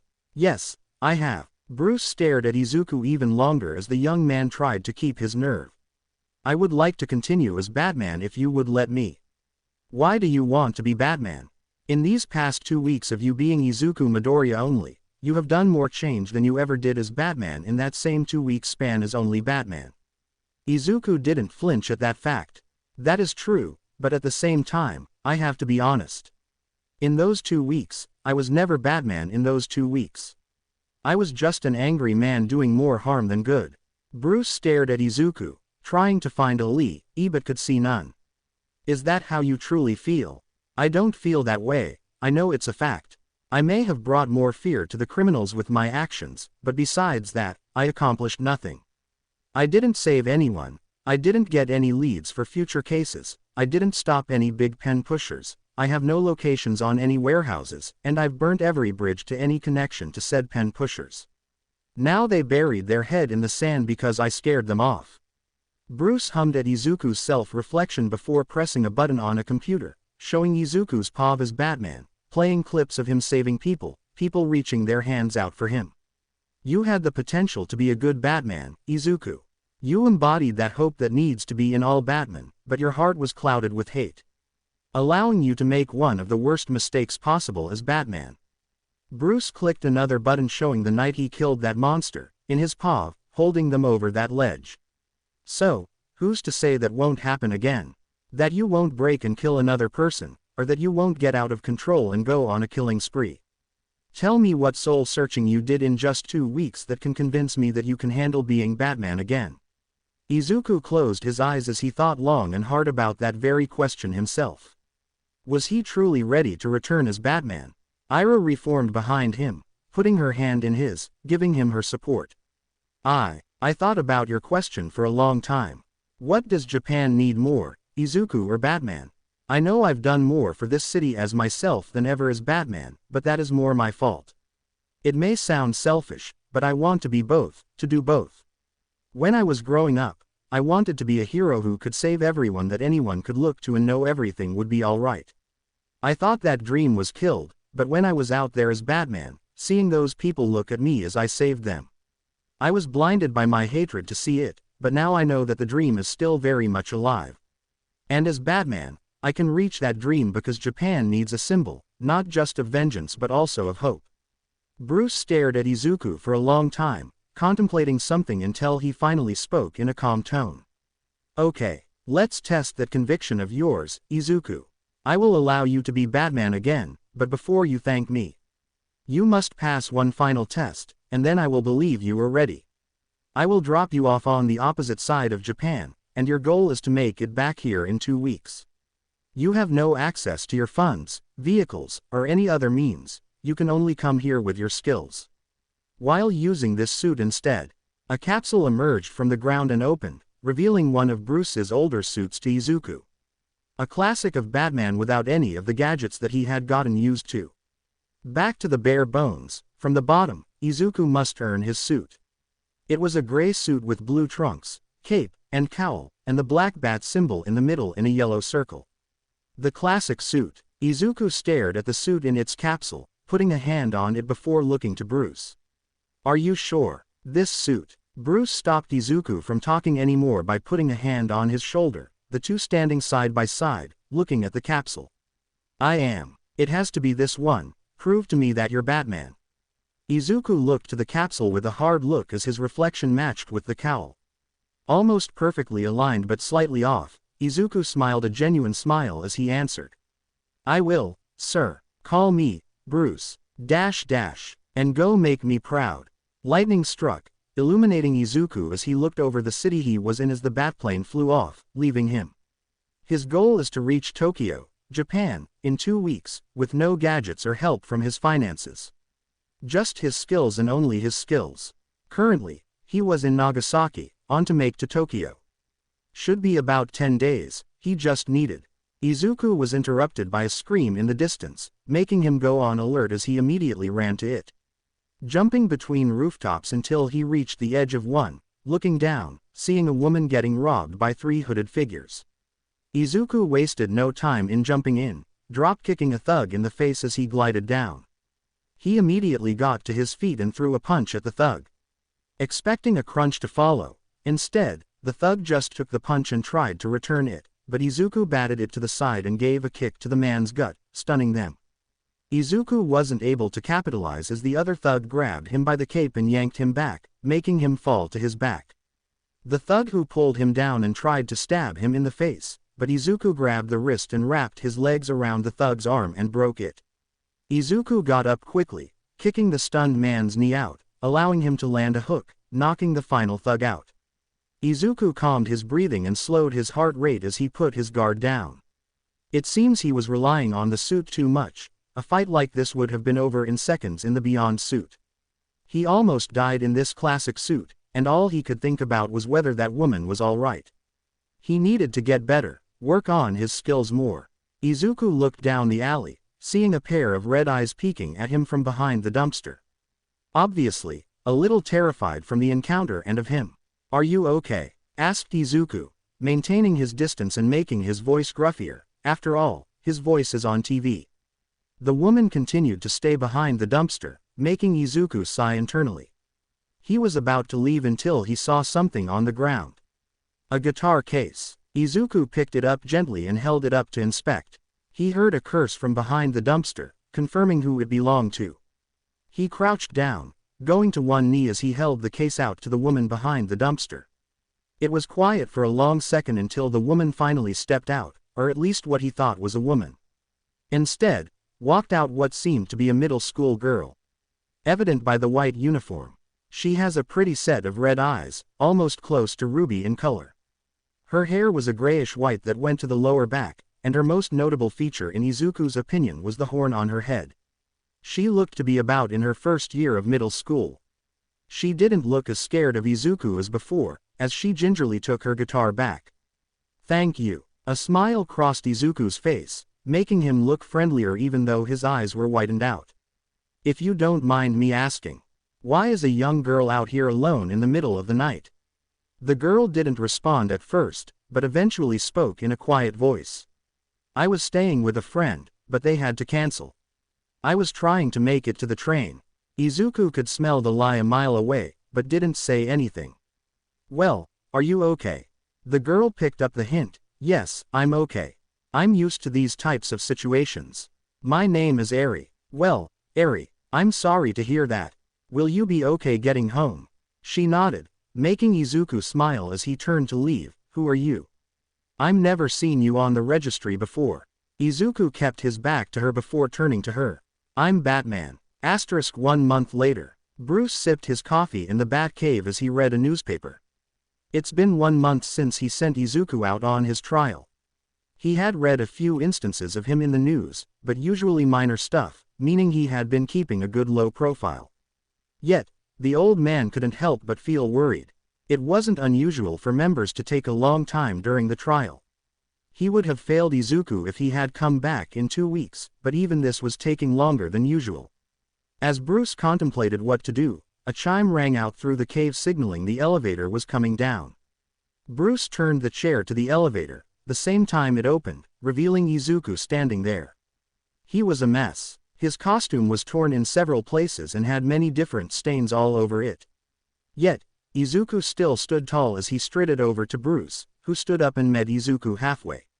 "I'm home." Bruce gave a rare smile to that. "Welcome back, Batman." After a shower and some food, Izuku returned to the cave where Bruce stood next to the Beyond suit. Izuku walked up and stared at the suit, his suit. This past month had shown him his problem with relying on the suit's capabilities, but it also showed him that he needed them as well. He needed to find a balance. Izuku pressed the side, causing the capsule to open. The suit quickly morphed onto Izuku, making him feel whole again. "Are you ready to go out again?" asked Bruce, causing Izuku to stare at the mirror. The bright red bat staring back at him. "Let me try something first. Red should bring fear to the criminals only, not the people I save. I need to show them something else to make them hopeful." Izuku began to change the color on his chest and eyes to a color that inspired him. I think you made a good choice."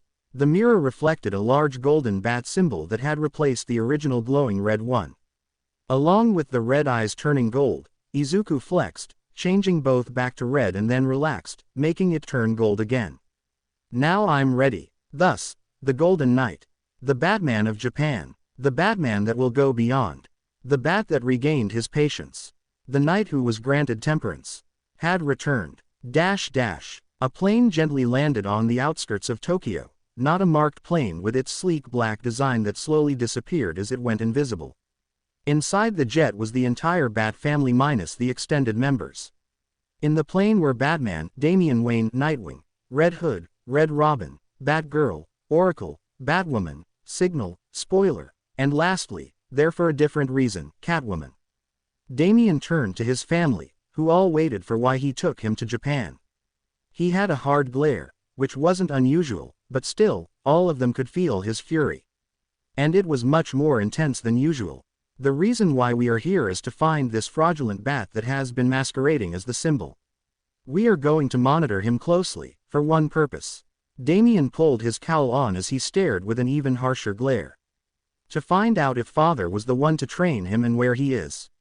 Narrator Pav, Saga 1, Year 0, Arc 3, Rivals. A news report broke out on a TV screen before switching to Good Morning Japan. Once again, the two hosts are shown with smiles on their faces. Good morning, Japan, it's me, Yoruichi Kaza, and my co-host, Hikage Toto. Sorry for the brief introductions, but we got a lot to talk about. In 2 weeks, it will mark the 1-year anniversary of the prodigal son of Japan, Izuku Midoriya. Spoke Hikage with a smile as he read the teleprompter. Kaza spoke up next, with her own cheerful voice. As most people in Japan know by now, Midoriya came to Japan almost a year ago and sent waves throughout society when he bought Might Tower. Now renamed Hope Tower, if you didn't know. He quickly made a list of promises on what his company was going to do for the future of Japan. A lot of the promises sounded like impossible tasks. The man couldn't keep a smile of his face. His coworker continued for him. Well, as of today, about 92% of Midoriya's promises have been met. This includes rehab centers for addictions, youth at risk outreach campaigns, crusades to help out children who are victims, along with his large acquisition of homes where he would undersell them to citizens and buy people's mortgages and pay them off fully. Yet, that didn't stop him from also helping out in science, technology, and overall quirk study. However, there is one field where the prodigal son hasn't touched yet. And it seems to be anything hero-related, as that is the only field from his promises where there has been almost no attempt at helping. Perhaps, that has to do with the number one hero, Deku. Where she, on the day of her return to Japan, confronted said billionaire by blowing open the doors of Hope Tower and threatening said billionaire. Which has resulted in her receiving a restraining order from said billionaire. And relations seemed to even worsen somehow when the number one hero tried to harass the billionaire again after he had saved a young boy and several other people during her out-of-control fight with a villain. If you ask me, Kaza, does this sound like a number one hero? Well, I don't like diving into hero politics, Toto, but personally, no, it doesn't sound like one to me. I mean, she was gone in space with the Justice League, for what? To just come back and harass the one man who seems to be making a difference in this country. Those heroes have been so focused on fixing their problems that they left us to rot. Toto seemed to have hit a nerve on Kaza, causing him to take over while she tried to cool down. Well, let's change topics, something to do with heroes, or the better name, vigilante. The image of Izuku waving to a crowd changed to a blurry outline of something that kind of looked like a bat in the air, yet it was the size of a man with a golden symbol on its chest. From the footage, it could be seen taken from a police body cam. It seems Japan has gotten our own Batman.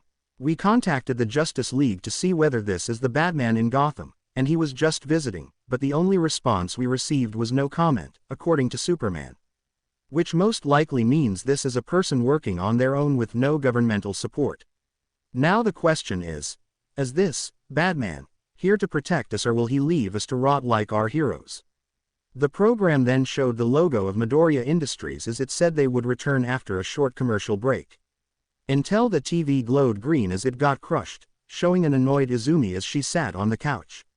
With her were the Bakugo twins, Todoroki, and Momo, who honestly couldn't blame her for doing it. For a while now, the hero's popularity had been dipping badly. Especially, with Izumi's Shengajins with Izuku and how Izuku was doing so much for Japan. Heroes were starting to seem obsolete, it felt like Izuku was doing it on purpose. It's quite genius from Midoriya. He's whittling down the support for the heroes by fixing problems that we couldn't. Throwing money at problems while at the same time buying out the competition. It's very thorough, concluded Momo as she read over some data about Izuku. In just a year, he owned basically 35% of Japan, and the number was continuing to grow. No wonder you want us to keep an eye on him and his expenses. To the public, it's like the savior has arrived, while behind the scenes, it's a tyrant taking out successors. It just stinks of corruption. You think he might work for a remnant of the League of Villains? Izumi responded, I don't know anymore. Then why did you summon our whole class here? It won't be long until they arrive, and well, we haven't planned anything.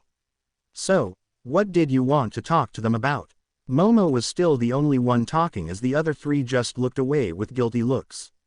Izumi finally spoke up as she turned to her best friend with a guilt-ridden look. I'm going to tell them the truth about my brother and me. Everything. They need to know who their friend was and what I did. They need to know why, and we need to keep an eye on my brother. Because I fear I created something that could destroy our very society. As Izumi dropped her reason, the door opened, showing her old classmates walking in, all with confused faces at why they were called. Izumi just took a deep breath as she turned to her classmates and got ready to reveal all her sins. No more hiding behind the past, now it was time to face the future that she created with her actions. Thus, Izumi confessed her sins to her closest allies. A car sped through the night streets of Tokyo, swerving through traffic. Behind the wheel was a very drunk teen as they lazily controlled the car with one hand. Further down the street, a family could be seen on the sidewalk. A father, a mother, and a daughter. They were hand in hand as the little girl played with a bouncy ball not far from her parents. She bounced it a little too hard, causing it to roll on the crosswalk. She paused and looked at the sign, seeing the red hand, and bounced in place, waiting for the signal until it turned to the walking man, causing her to run out and retrieve the ball.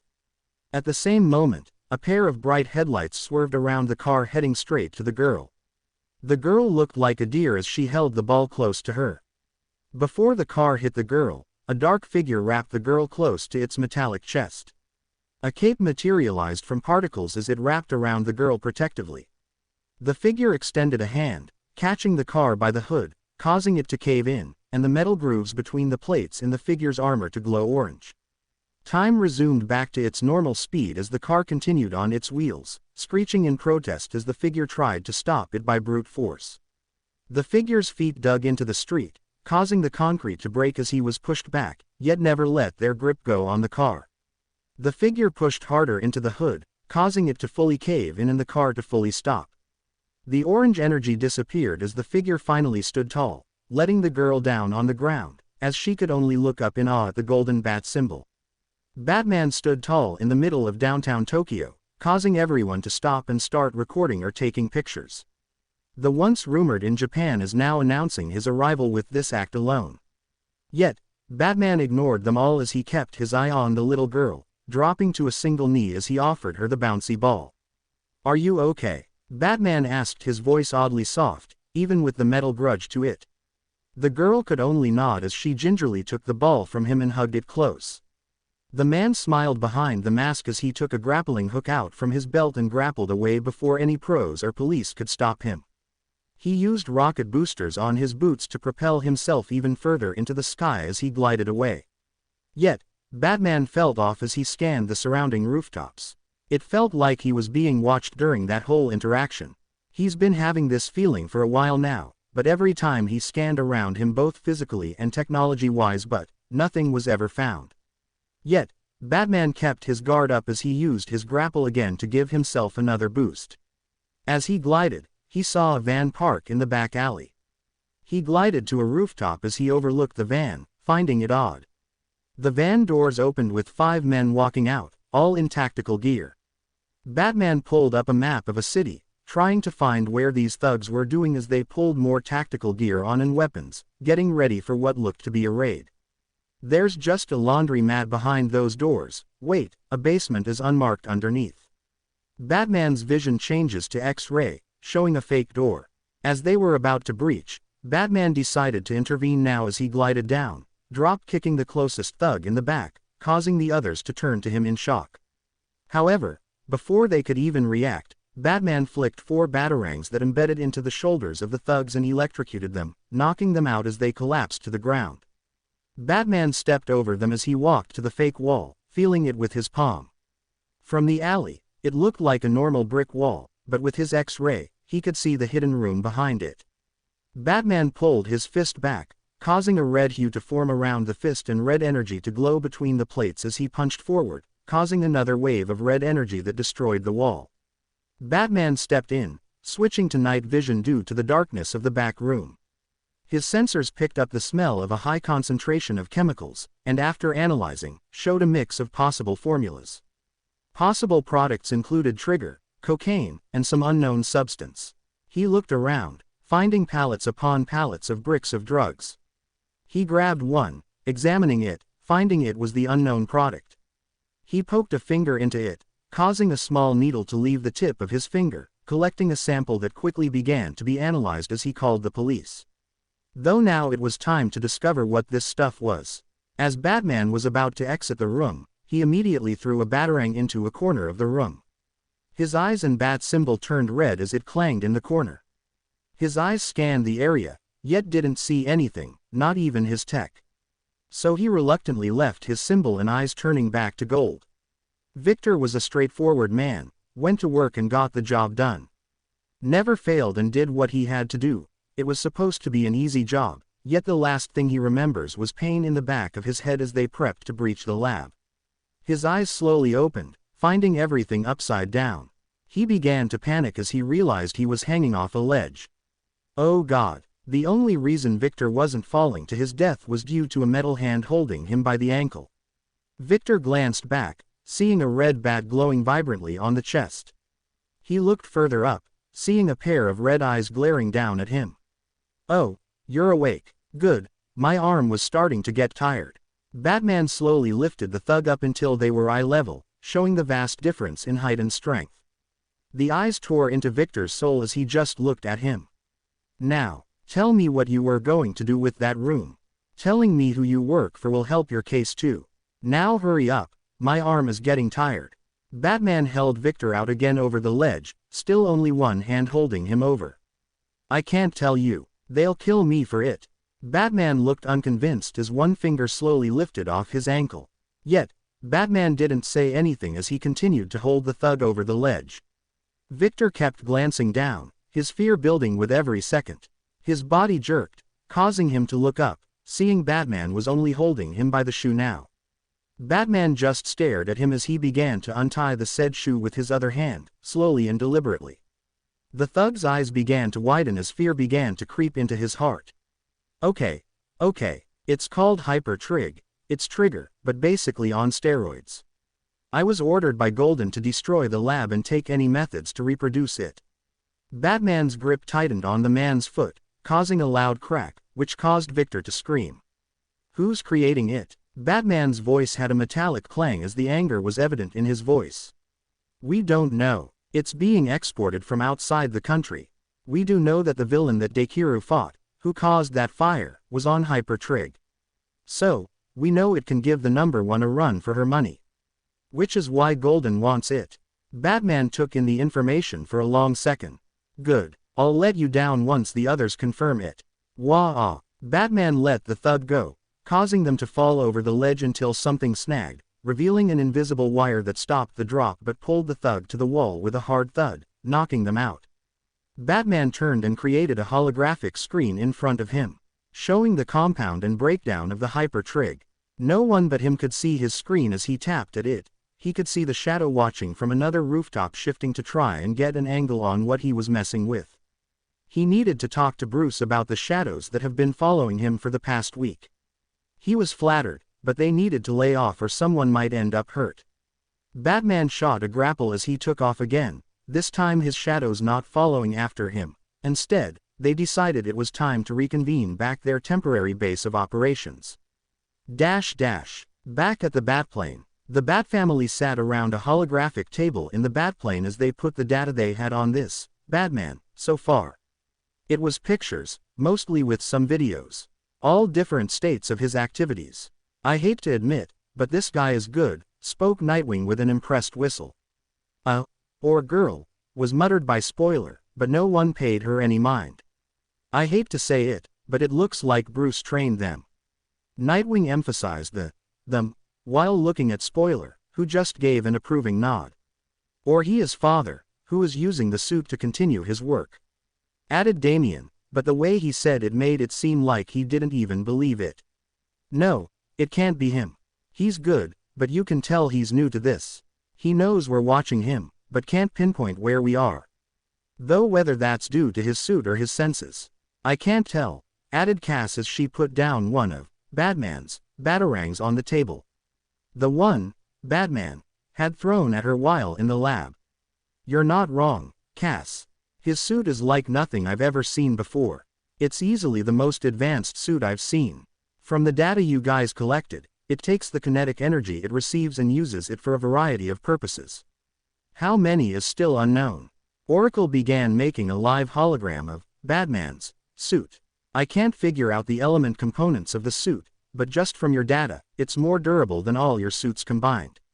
That's not including those kinetic capabilities we've seen from his suit.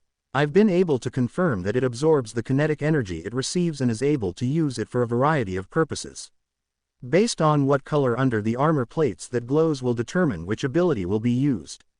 Red seems to be a kinetic burst equal to what he received, and orange seems to negate intense kinetic forces directed at him, whether it's stored or not, for later needs to be studied.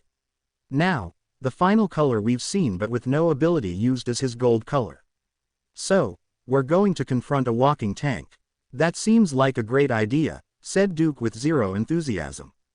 Tim patted him on the back as he spoke up. It's fine, we got each other, and we've fought much worse. Plus, we still have the element of surprise. The moment Tim said that, the batarang on the table began to float and released a blue line that scanned everyone in the room. Then a voice came from the batarang. Dick Grayson, Jason Todd, Tim Drake, Stephanie Brown, Cassandra Kane, Catherine Kane, Selena Kyle, Duke Thomas, and Damian Wayne. Stop following me, I mean no harm and have only the protection of Japan in my heart and sight. Return to Gotham before someone gets hurt. The batarang disintegrated, leaving the family stunned. Asterisk in the Batcave. You think that will make them stop? Asked Izuku as he sat in the chair in front of the computer. His cowl was off, but the rest of the suit was on as Bruce stood next to him. Bruce took a heavy sigh as he rested a little more on his cane. No, it will not. If anything, you pissed them off. Izuku sighed as he leaned further back in his chair. Well, so much for that. Any advice? Bruce gave Izuku a side glance before beginning to walk away. Make sure to prepare for the fight of your life, and remember you won't be alone. Izuku looked confused at that until Bruce stopped and gave Izuku a smirk. Because the original will be your co-pilot. Narrator Pav. Saga 1. Year 0. Arc 3. Rivals. Izuku looked down at the city of Gifu from his currently under construction tower of the future. Around him were incomplete walls and construction materials. But he paid them no mind as he kept his eyes on the city in front of him, or what used to be a city. Currently, Gifu remains half destroyed as a result of Gigantomachia's path of destruction, with only 5% of the reconstruction complete. Izuku had decided to take his boldest move yet as a billionaire and for the sake of his goals to help Japan. He straight up just bought the whole city. He took all responsibility for rebuilding and innovation, boosting his public support even higher, but of course, buying a literal city has gotten him a decent amount of backlash. You buying a literal city was not on my bingo card. Izuku turned and saw Mei walk in a more familiar outfit, a greasy tank top and mechanic pants. I'm surprised that you're complaining about it. After all, the plan is to make it a land island. A city that strives to bring technology and engineering to a whole new level compared to before. A city of mechanical wonder. I'm surprised I haven't gotten a kiss yet. Mei just laughed at the joke as the two friends stared at the city with a hopeful expression. Mei tapped her ear twice, making Izuku understand as he tapped his pen, causing a bzzzt to sound, meaning they could now talk in private. Izuku, are you sure your night escapades are the best for Japan? Izuku didn't answer right away as he continued to stare out into the city. To be honest, I'm not sure, but I can't deny the impact I've had. I need to be better, and with this virtue that I have. I don't need to rest like normal people. Why don't I use all the time that I have to help as many people as possible? Mei just stared at him, looking at something deep within her friend, before asking a simple question. When was the last time you slept? Izuku didn't answer right away, worrying Mei until he gave her a sweet smile. Last night. I have been better than before, I promise you, Mei. I won't die, not until I've healed my country. Until I've saved everyone, and I promise you that. Mei stared at him and believed every word he said. She truly did believe that if anyone could fix this country, it was him. Izuku. The Hero Association keeps requesting a meeting with you. They're scared of you, Izuku, or they're scared of what you're capable of. You're making moves, and they're trying to figure out what side you're on in all of this. Maybe you should talk to them. We don't need any more enemies with the heroes. Izuku finally looked into Mei's eyes and sighed as he closed his eyes. I'll think about it. I just don't want to see any of them again. Mei gave him a pitiful look as she put an arm around his waist in support. Most would see this as a romantic moment between the two if they were an outside observer. But that wasn't the case at all for the two. They've known each other for about 5 years. Meeting in an accelerated college program for engineering. They connected fast, and that's where the idea of Midoriya Industries was first born or drafted. Izuku had wanted it to be Midoriya Hatsume Industries, but Mei had refused, not wanting her name to be in the public view. She couldn't lie. In the first years of high school, she wanted that fame and money for sponsorships. Yet, when she met Izuku and heard his viewpoint on the world, his vision for a better Japan, she felt something grow inside her that day, hope. That was the day she decided she would follow Izuku anywhere. At one point, they had tried the romantic connection, but it didn't work out, so they decided family was better. She still remembered the broken man he had once been after that dreadful medical residency. Then he disappears for a while, then returns. Angrier. Then all this vigilante work, and still trying to run Midoriya Industries. She worried that he would crash or worse. Yet, something happened a few months ago. She could tell he had changed, that something had changed in him. That anger had almost vanished, and he was calmer. That the Izuku she knew had returned, that hope in his eyes. Her brother had started to come back, and she couldn't be happier. The two looked to the city side by side, finding solace in each other's company. As the first snowfall started to fall from the sky in slow white flakes, Batman stared down at his city, the night sky cloudy as snowflakes came down. A blanket of snow already covered the rooftops where his feet crunched as he stepped on the ledge. The snow was starting to cling to the black metal as he heard the many crunches behind him. Batman turned, seeing the whole Bat family standing around him in a semicircle, none with a happy look on their face. You know we don't have to do this. You go back to Gotham, and I continue my work here. Damian growled as he stepped forward. Izuku will no longer be referred to as Batman if a Bat family member is present, out of respect. Not while you're wearing that symbol on your chest. It just can't be allowed to try and claim my birthright. Father would never approve of some wannabe copycat. Izuku looked to the family as a voice told him exactly what to say in his calm. Bruce. The family froze at that name, making them stare at the Golden Knight. Trust me, he knows that I'm in this suit. After all, he gave it to me. So, tell me, Damian, who has the better claim, a child born to take the role or someone chosen for the role? Just like Bruce had predicted, Damian flew into a rage as he charged forward at Izuku. Damian has always had a temper. He's gotten better at controlling it, but one thing that will always set him off. Attack his credibility of being the new Batman or his bloodline. Izuku barely blocked the strike from Damian, putting him on his back foot. Even though Damian's attacks may be filled with anger, they will not be sloppy. They will still have the same precision of a trained killer. The reason you need to keep him angry is that he stops caring about defense when he is.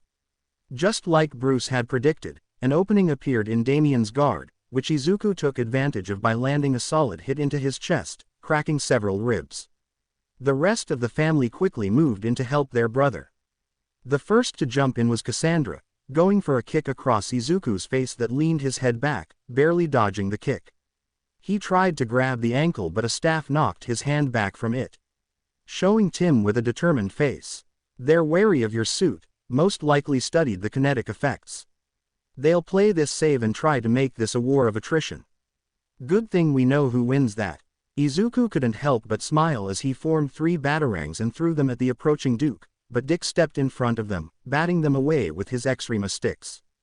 Distracted, Izuku received a volley of bullets into the side of his body from Jason as the hooded man unloaded his magazines. The small caliber didn't have a chance of denting the armor, but it was annoying.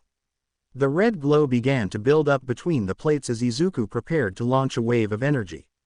However, the entire family immediately leapt away, all going to a different rooftop. Izuku grew confused until it dawned on him, along with Bruce's confirmation. They studied the suit's kinetic boosts. Don't bother activating the stealth version either. Oracle is probably monitoring your energy output to tell the others when you're going to release it. So, go blackout. Read my mind. The red glow disappeared between the plates, making the family on their toes for whatever might happen. What they didn't expect was for Izuku to pull out a grapple gun and grapple away using his boosters on his boots to help. The family immediately tried to chase after him, which Izuku allowed as he wasn't going too fast. The family quickly caught up to Izuku as he landed on a lone rooftop close to the end of the city. As the family landed on the rooftop with Izuku, his plates started to glow a deep purple. Oracle, what's purple again? Asked Dick with a nervous expression as he was forced to land. Purple, we haven't seen that one before. Let me read the levels. Dick, don't let it hit you, it's A. Izuku slapped his hands together, causing a burst of purple energy to come off him in waves. It didn't hurt them or even knock them back, instead the comms in all of their eyes got fried and the tech in their suits went out, even overriding the protections that would usually stop that from happening. An imp had erupted from Izuku. Well, no more help from the brain, huh? Now we can truly start. No more running, no more hiding, just me and you all. Izuku's suit turned back to a golden bat as he began to flex different parts of his body. So, one at a time or all at once. The cocky tone irked most of them, but they could tell it was just to get under their skin. Jason tossed his helmet, revealing his face with a domino mask, since his helmet was now useless. The others took some other stuff off to make the weight easier. Izuku just continued to smile under his mask as he fell into a stance. Before we start, Izuku spoke up, causing the others to intently listen closely. Bruce sends his regards. The response was immediate as Stephanie leapt at Izuku with a diving kick, but Izuku caught the leg and tossed her at Cass, who barely caught her. Yet, Izuku wasn't able to capitalize as Damien was on him again in the scrape with Cass and Jason on the outer perimeter ready to help if needed. Damien landed a solid hit across Izuku's face but did more damage to himself due to the helmet. Izuku was about to counter with his own powered punch, but a grappling line wrapped around his wrist, making him look, seeing Cass and Tim struggling to pull his arm to them. Izuku kicked Damien away in a front kick, and yanked his arm to the side, taking both of them off their feet, where he grabbed them both by the neck.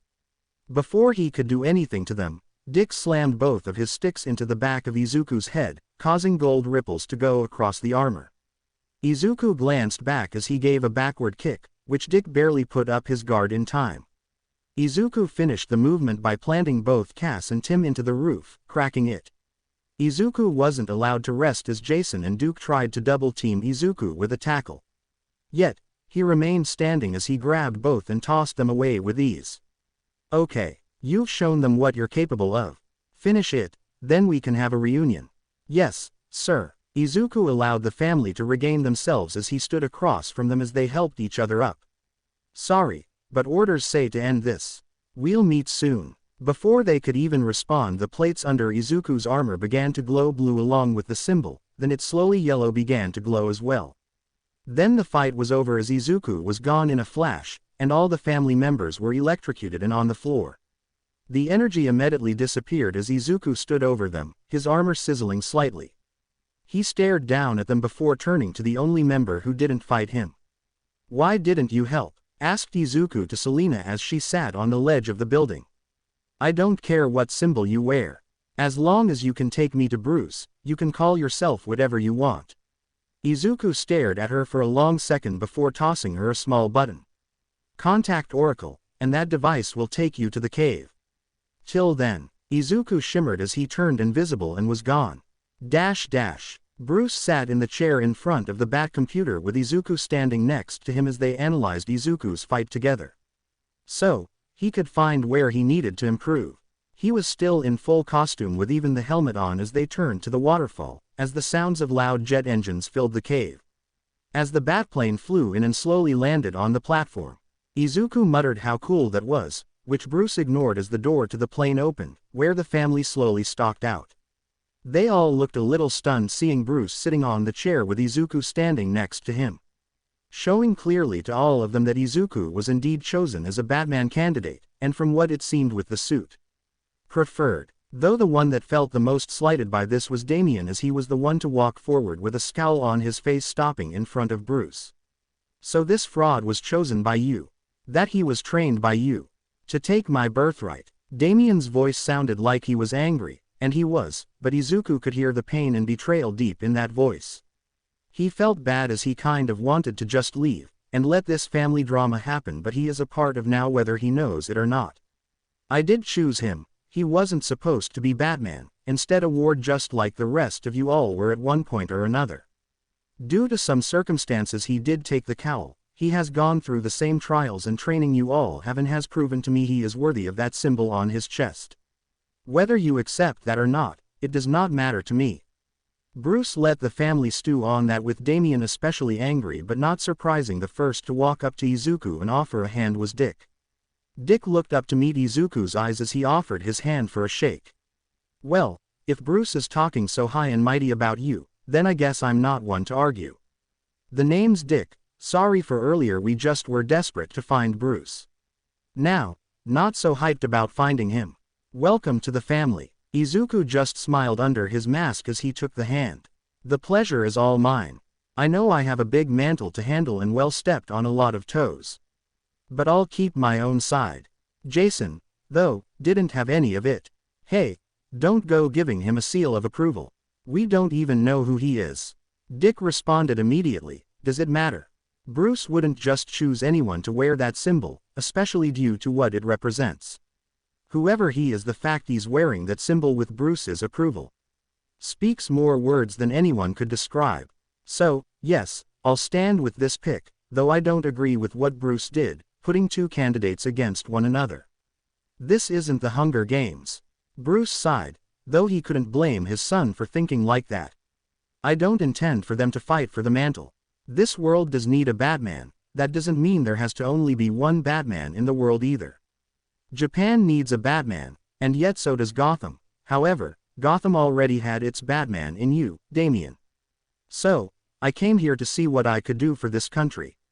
It was before the villain war that happened here, but I still believed a Batman was necessary due to the declining society. That's when I met. Would you like to reveal yourself? If you trust them, Bruce. Then so will I. Izuku's helmet clicked back as it shuffled until it disappeared, revealing his face to the family. Most didn't react when they saw his face, besides Dick, Tim, and Damien, showing they knew who he was. The original plan was for me to use this suit to restart my journey as Batman. Well then, the day I met Izuku Midoriya here was when that plan changed. Like I said, he became my ward and originally only sought educational means so he could gain the resources to save Japan. As some of you know, Izuku has done a good job at that aspect of his journey. Jason, though, spoke for the ones who didn't know, since he didn't spend much time looking at Japan's politics.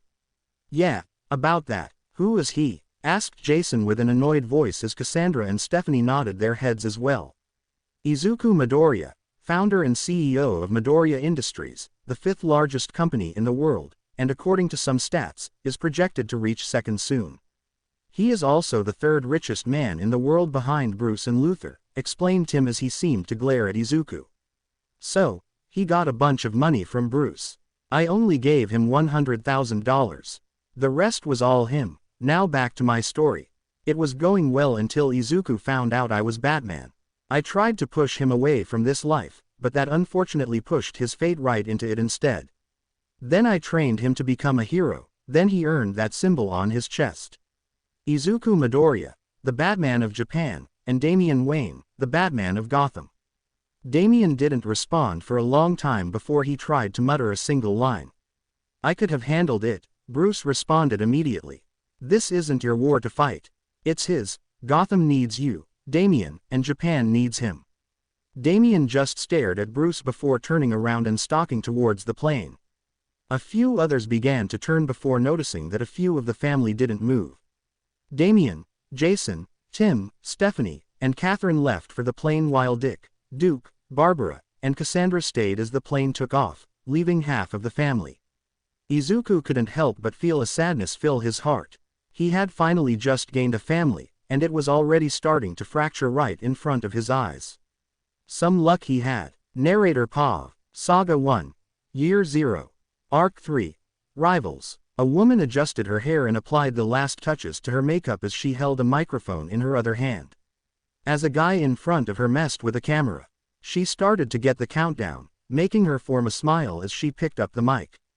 As the cameraman focused on her, he started to make a finger count before going to 0. Thank you, Hikage-san. As you can see, I am standing outside the headquarters of the Hero Association. Like you said, rumor has it that Midoriya-sama is coming here for a meeting with the top 10 in council. For what reason, we aren't certain, but we know the Hero Association and Safety Commission are concerned with Midoriya-sama's recent moves and purchases, including his refusal to cooperate with any hero. It doesn't help that he purchased the city of Gifu, making not only the Hero Association nervous but several politicians and a portion of the public as well. Some say this is a major stretch of power from the billionaire. Even though Midoriya-sama has stated the huge project for the city, people are still nervous about this purchase. As she was finishing up her portion, a limo rode up to the entrance, causing her to run over with the camera and several other press and paparazzi to materialize. The door opened and out stepped Izuku, causing several flashes of cameras that flooded the area along with questions. Izuku ignored them as Mei stepped out of the limo behind him, causing them to begin walking towards the entrance. At the same moment, several heroes stepped out of the building and began forcing the press back, as Izuku and Mei began to walk in. The camera zoomed out, showing a reticle aimed at the back of Izuku's head. The sniper's finger hovered over the trigger. I have the shot, boss. Elsewhere, Golden watched his TV with a glass of wine in hand as it showed the news of Izuku walking to the association. Do it. The sniper took a deep breath as he pulled the trigger, causing a boom to fill the air. Izuku reacted instantly as soon as he heard, pushing Mei in front of him and trying to cover her with his body. What he didn't notice is the bullet made contact with him. A golden light seemed to take the hit, the bullet grazing against the shield, causing golden sparks to fly until it shattered. The bullet was dropped to the ground. Before a second shot could be fired, a green wall formed around them from a hero as they got dragged inside. Izuku struggled to keep his eyes open. He had just been hit with extreme exhaustion out of nowhere. Even with his virtue, he felt exhausted. He got up and put a hand against a wall, which he used for support as he tried to catch his breath. His ears were ringing, but he could feel Mei at his side as he tried to fight the call to sleep. Ira formed in front of him, her form slightly less golden than before. She looked a little tired like him. Oh boy, looks like we found out what that second virtue you got does. A protective shield, if you're about to die, will form around you and take the hit. Though it seems to drain you even through the virtue of temperance, and me as well, apparently. Izuku heard his sister explain as he gained himself and began to stand taller. His virtue began to kick in again, as his exhaustion disappeared. Then a green glow surrounded him, making a deep trauma start to reappear in him. As he was brought down to the ground with him only being able to glance up and see Izumi staring down at him with a look of panic. Where did you get that quirk? Screeched Izumi as she continued to hold Izuku down with her quirk. Before Izuku could even respond, Mei stood up and aimed her tablet at Izumi, which quickly turned into what looked like a plasma rifle. Let him go. Izumi looked shocked that one of her friends would pull a gun on her. Sure, they haven't talked to each other in a few years, but still, this was insane. Mei, he shouldn't have to worry about you anymore. You've done enough. Izumi looked shocked at that, but didn't really get to say much as a large green construct of a gun pointed at her face, followed by more that surrounded her head. She looked to her left, seeing a glowing green ring on a fist, as Izumi looked into the eyes of Tensai. Dekiru, stand down. He's a guest of the Hero Association. Doing this will bring only harm to the hero's image. Come on, Dekiru, think. The number one hero attacks and tries to arrest the guest to the Hero Association right after an attempted assassination. You know that will make us look bad. I told you our past, you know he doesn't have a quirk. So explain to me the only way he could have one now. Tensai didn't respond as his mask formed over his face, and his uniform morphed onto him. Back away from him now. Last warning. The two stared down each other as Mei's gun began to charge up, making a green glow start to form over it. Yet, none noticed Izuku reaching for his watch as he clicked a button on the side, causing a tiny drone to separate as it started to record. Live streaming what was going on. That's when Izuku pressed a second button on his watch. A beep escaped his watch, followed by a noise no one could hear, except for Izumi, who screamed in pain as she grabbed her ears, causing the control of her quirk to disappear as she collapsed to her knees. I was willing to try and make an alliance with the heroes, but consider that dead after this stunt. The golden shield was a tech my company has been working on, something that anyone could wear for a second chance at life. Yet, you were so terrified of me being actually equal to you for once that you attacked me. Izuku was now standing tall over the downed hero. I've known you for years, Izumi. I've studied your quirk almost every day of my life and how to counter it.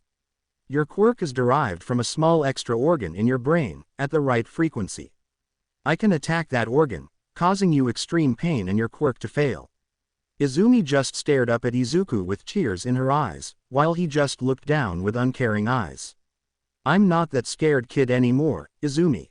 Consider Midoriya Industries, someone who has no interest in the hero business of Japan. Izuku turned and began to walk away with Mei quickly behind him.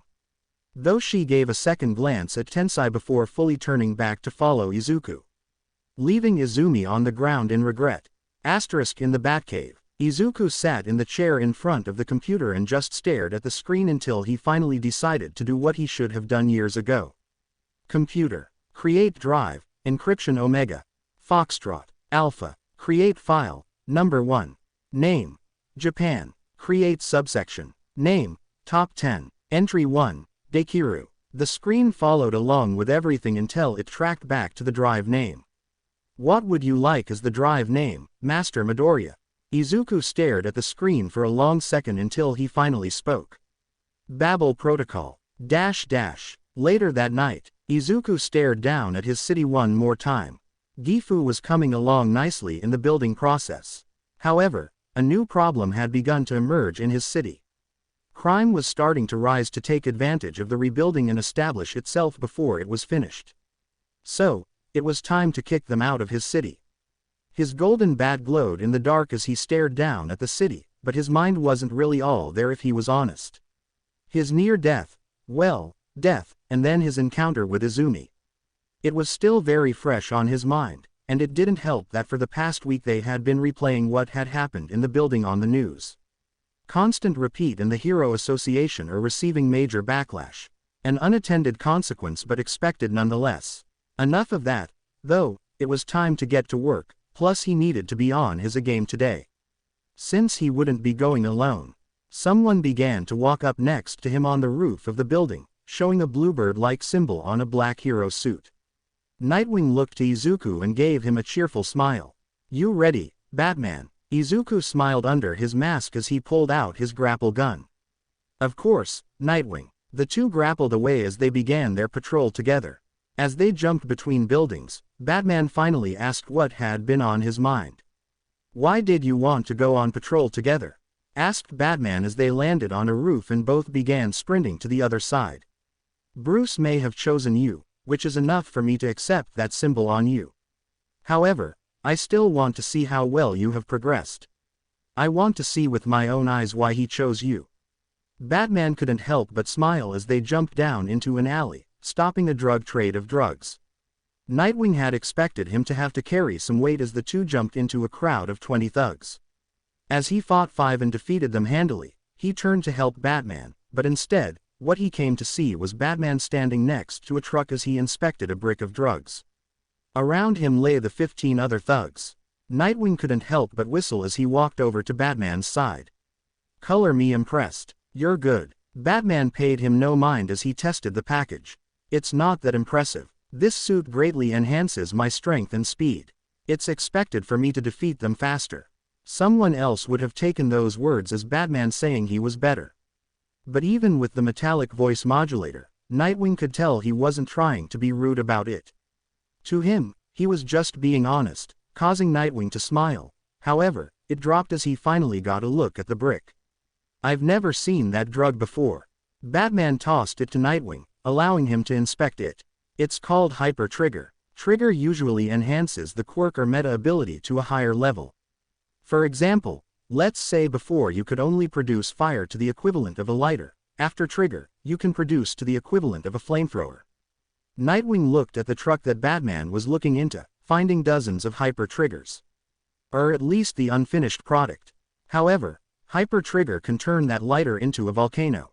A common criminal was given an incomplete Hyper Trigger, and he was able to go toe-to-toe with Japan's #1 hero.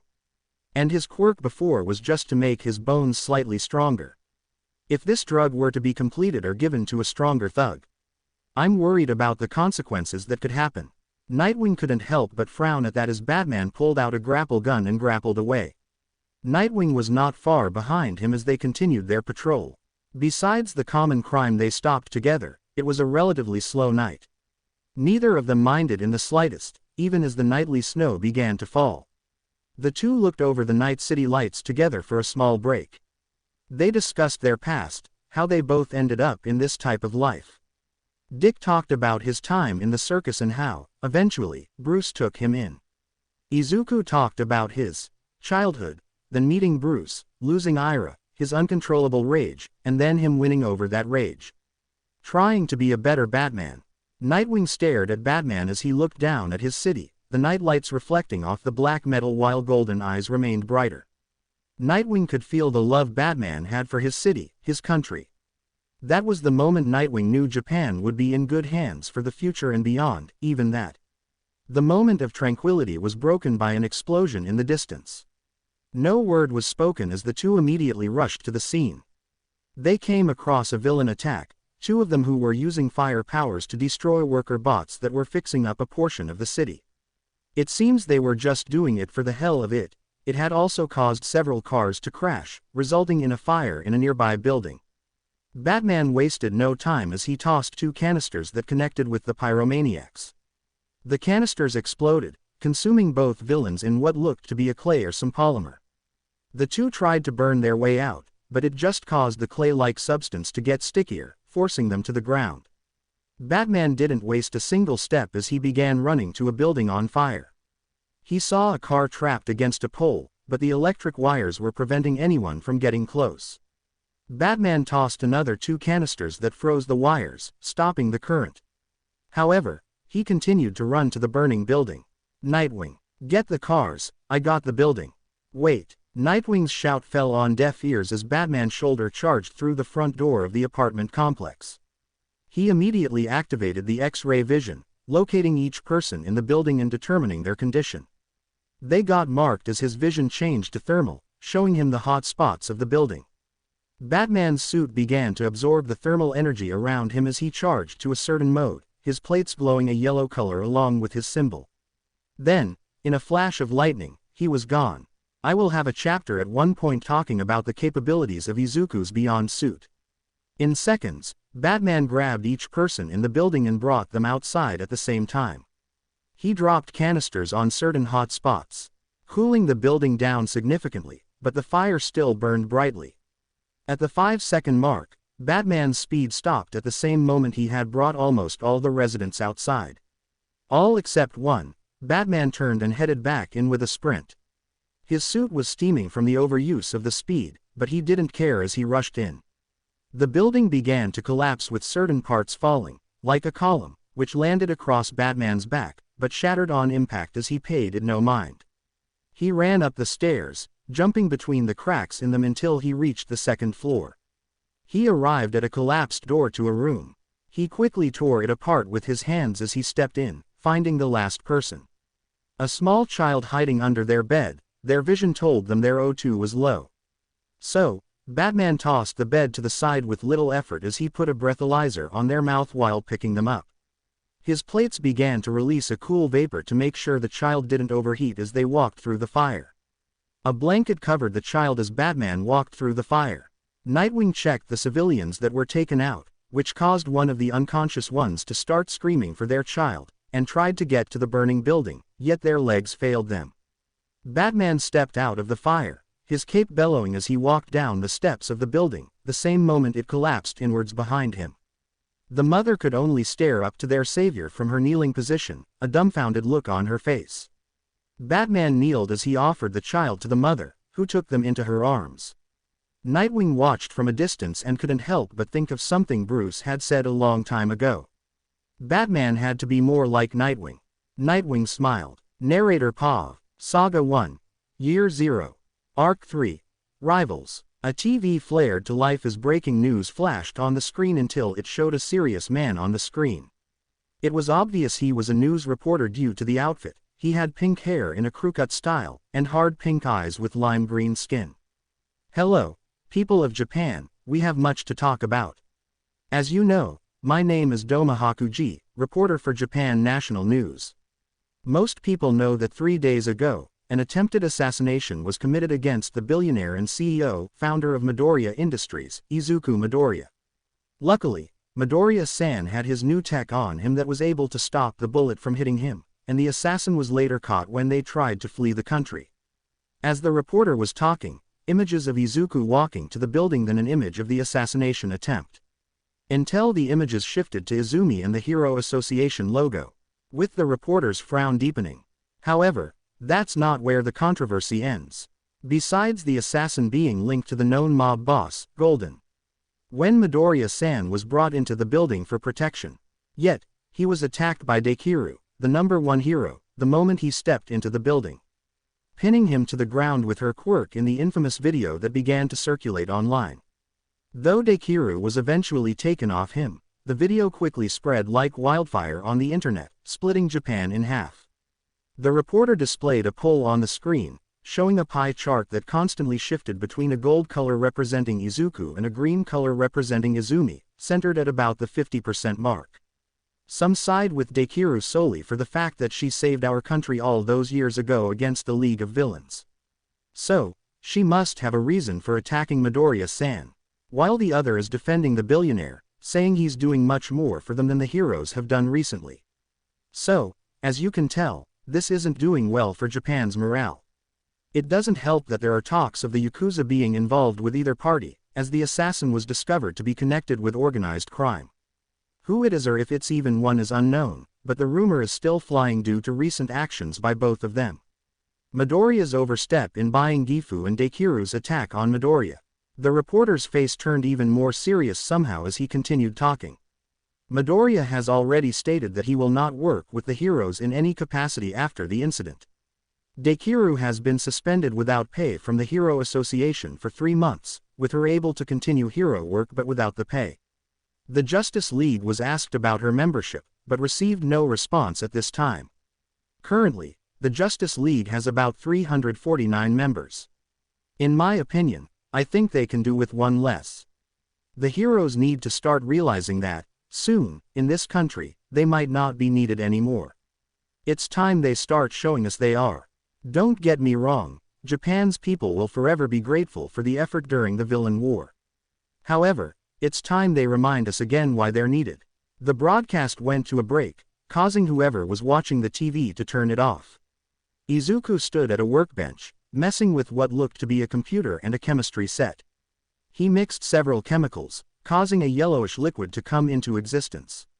It seemed to glow slightly as Izuku poured it into a canister. Izuku was in his bat suit while he worked with the chemicals, but his face was uncovered except for his mouth, as a black mask covered it. Acting sort of like a filter. As Izuku put it in a safe case next to other canisters of various colors, all glowed intensely. Izuku froze for a second before continuing his work. You two can come out. You just need to ask what I'm working on. It was silent for a long second as Izuku continued his work, now mixing a new set of chemicals, this time causing a light blue glow to emerge from the new beaker. His stalkers appeared from the darkness as they walked up behind Izuku as he finished putting the last canister in the case. What are you making, or is that a secret reserved for only the Batman? Izuku ignored the bait from Stephanie as he put the case in his utility belt. It's possible antidotes for hyper trigger, all for the possible chemicals that might be used for the base of the full drug. Cass and Steph looked confused as they both glanced at each other. I thought hyper trigger was still in its early phases or incomplete, asked Steph with a hint of confusion. Izuku finished cleaning the bench, causing his whole helmet to form around his head as he seemed to stand taller. For some reason, to the two, it just felt natural for the man. Cass was accepting of it while Steph growled a little under her breath. You're correct, spoiler. The Golden Empire hasn't created a perfected version yet, but I believe it won't be long until it's ready. Why do you sound so confident about that? Asked Cass as she put on her mask along with Steph as Batman walked to the exit. Because I already created one. That made the two do a double take as Batman continued to walk. What? Tim told us he needed another month to get into the second stage of the drug, and that's after 2 weeks of studying the beta versions.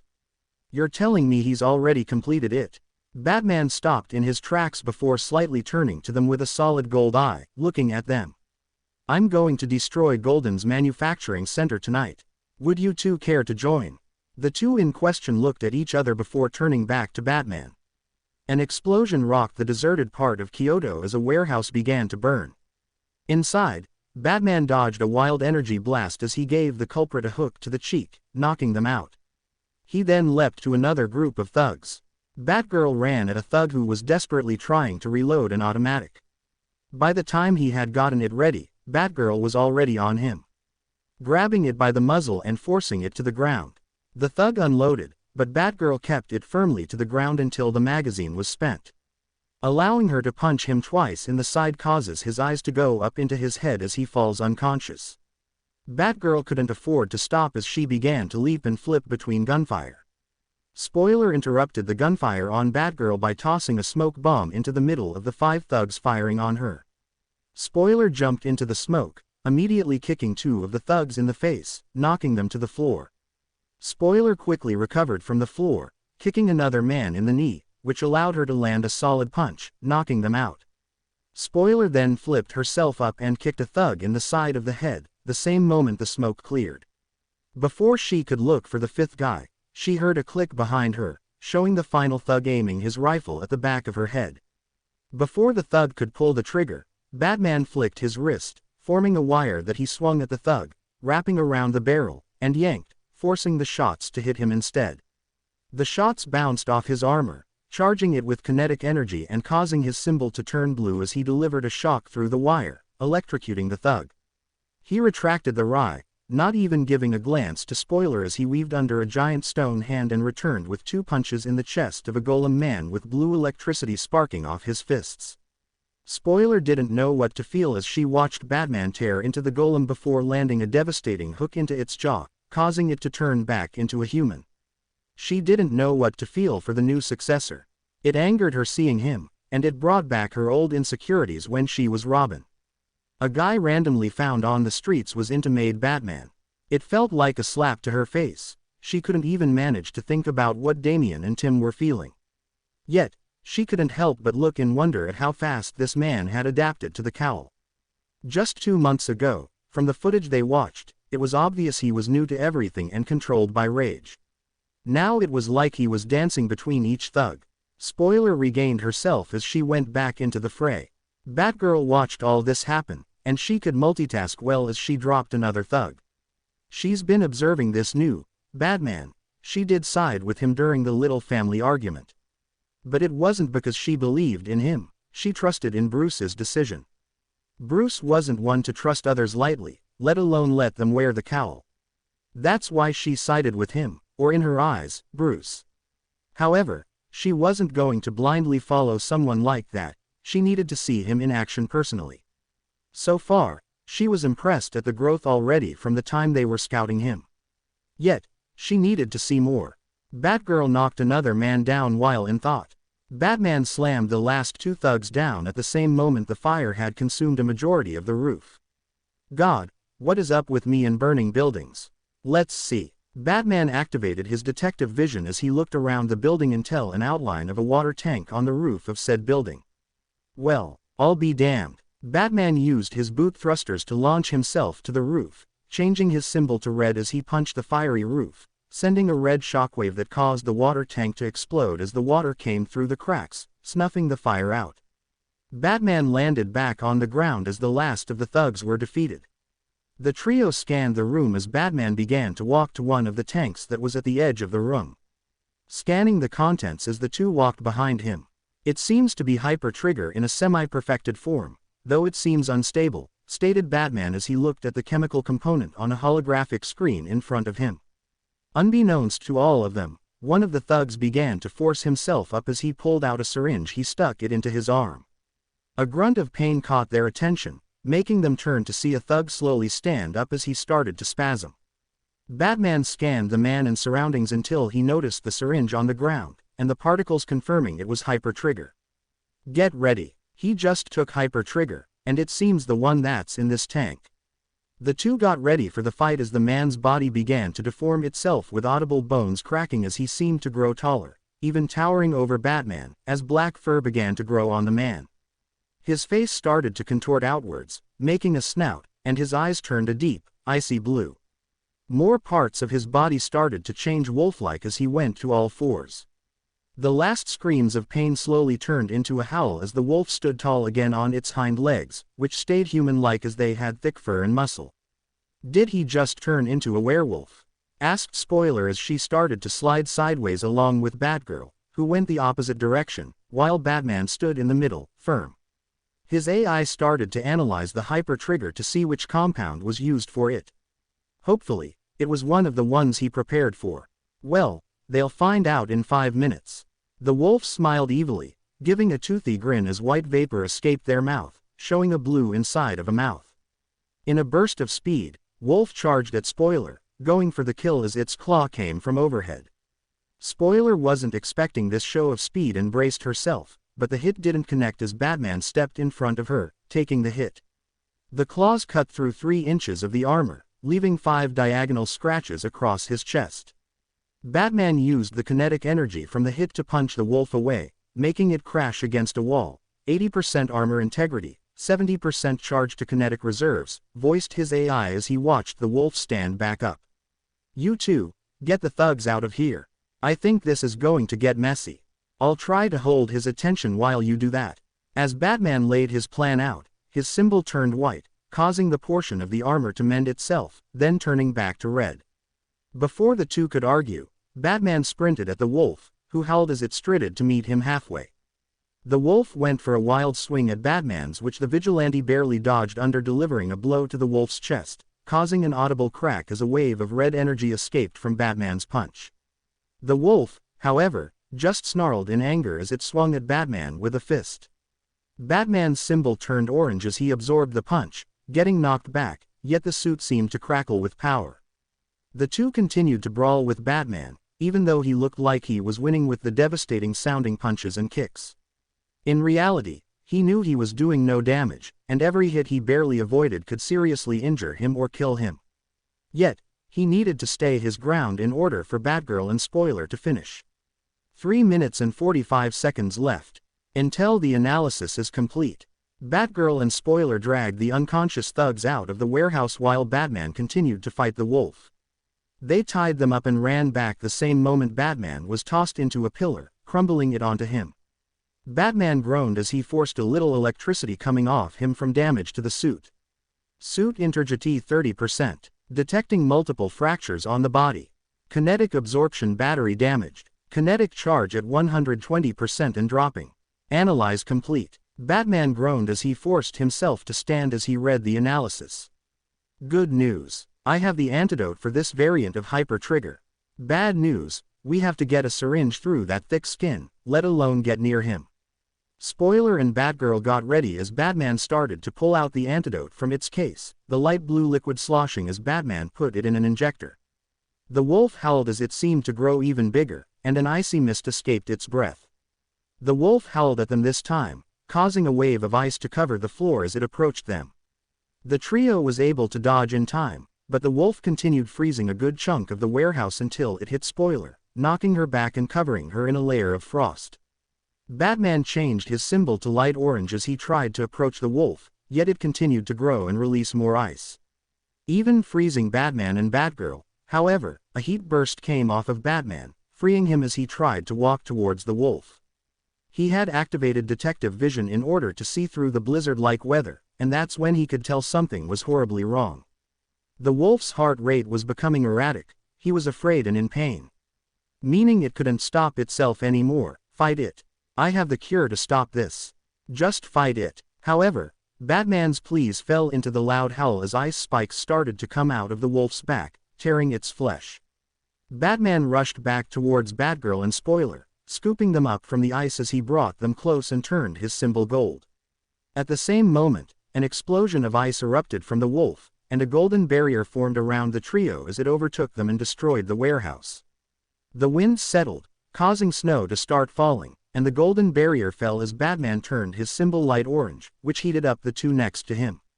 Waking them back up, Batman got up and walked to the center of the explosion, finding the corpse of the wolf. It gruesomely contorted with ice spikes coming out from all over its body. Batman gave a small prayer as he took a blood sample and an ice sample before returning to the others.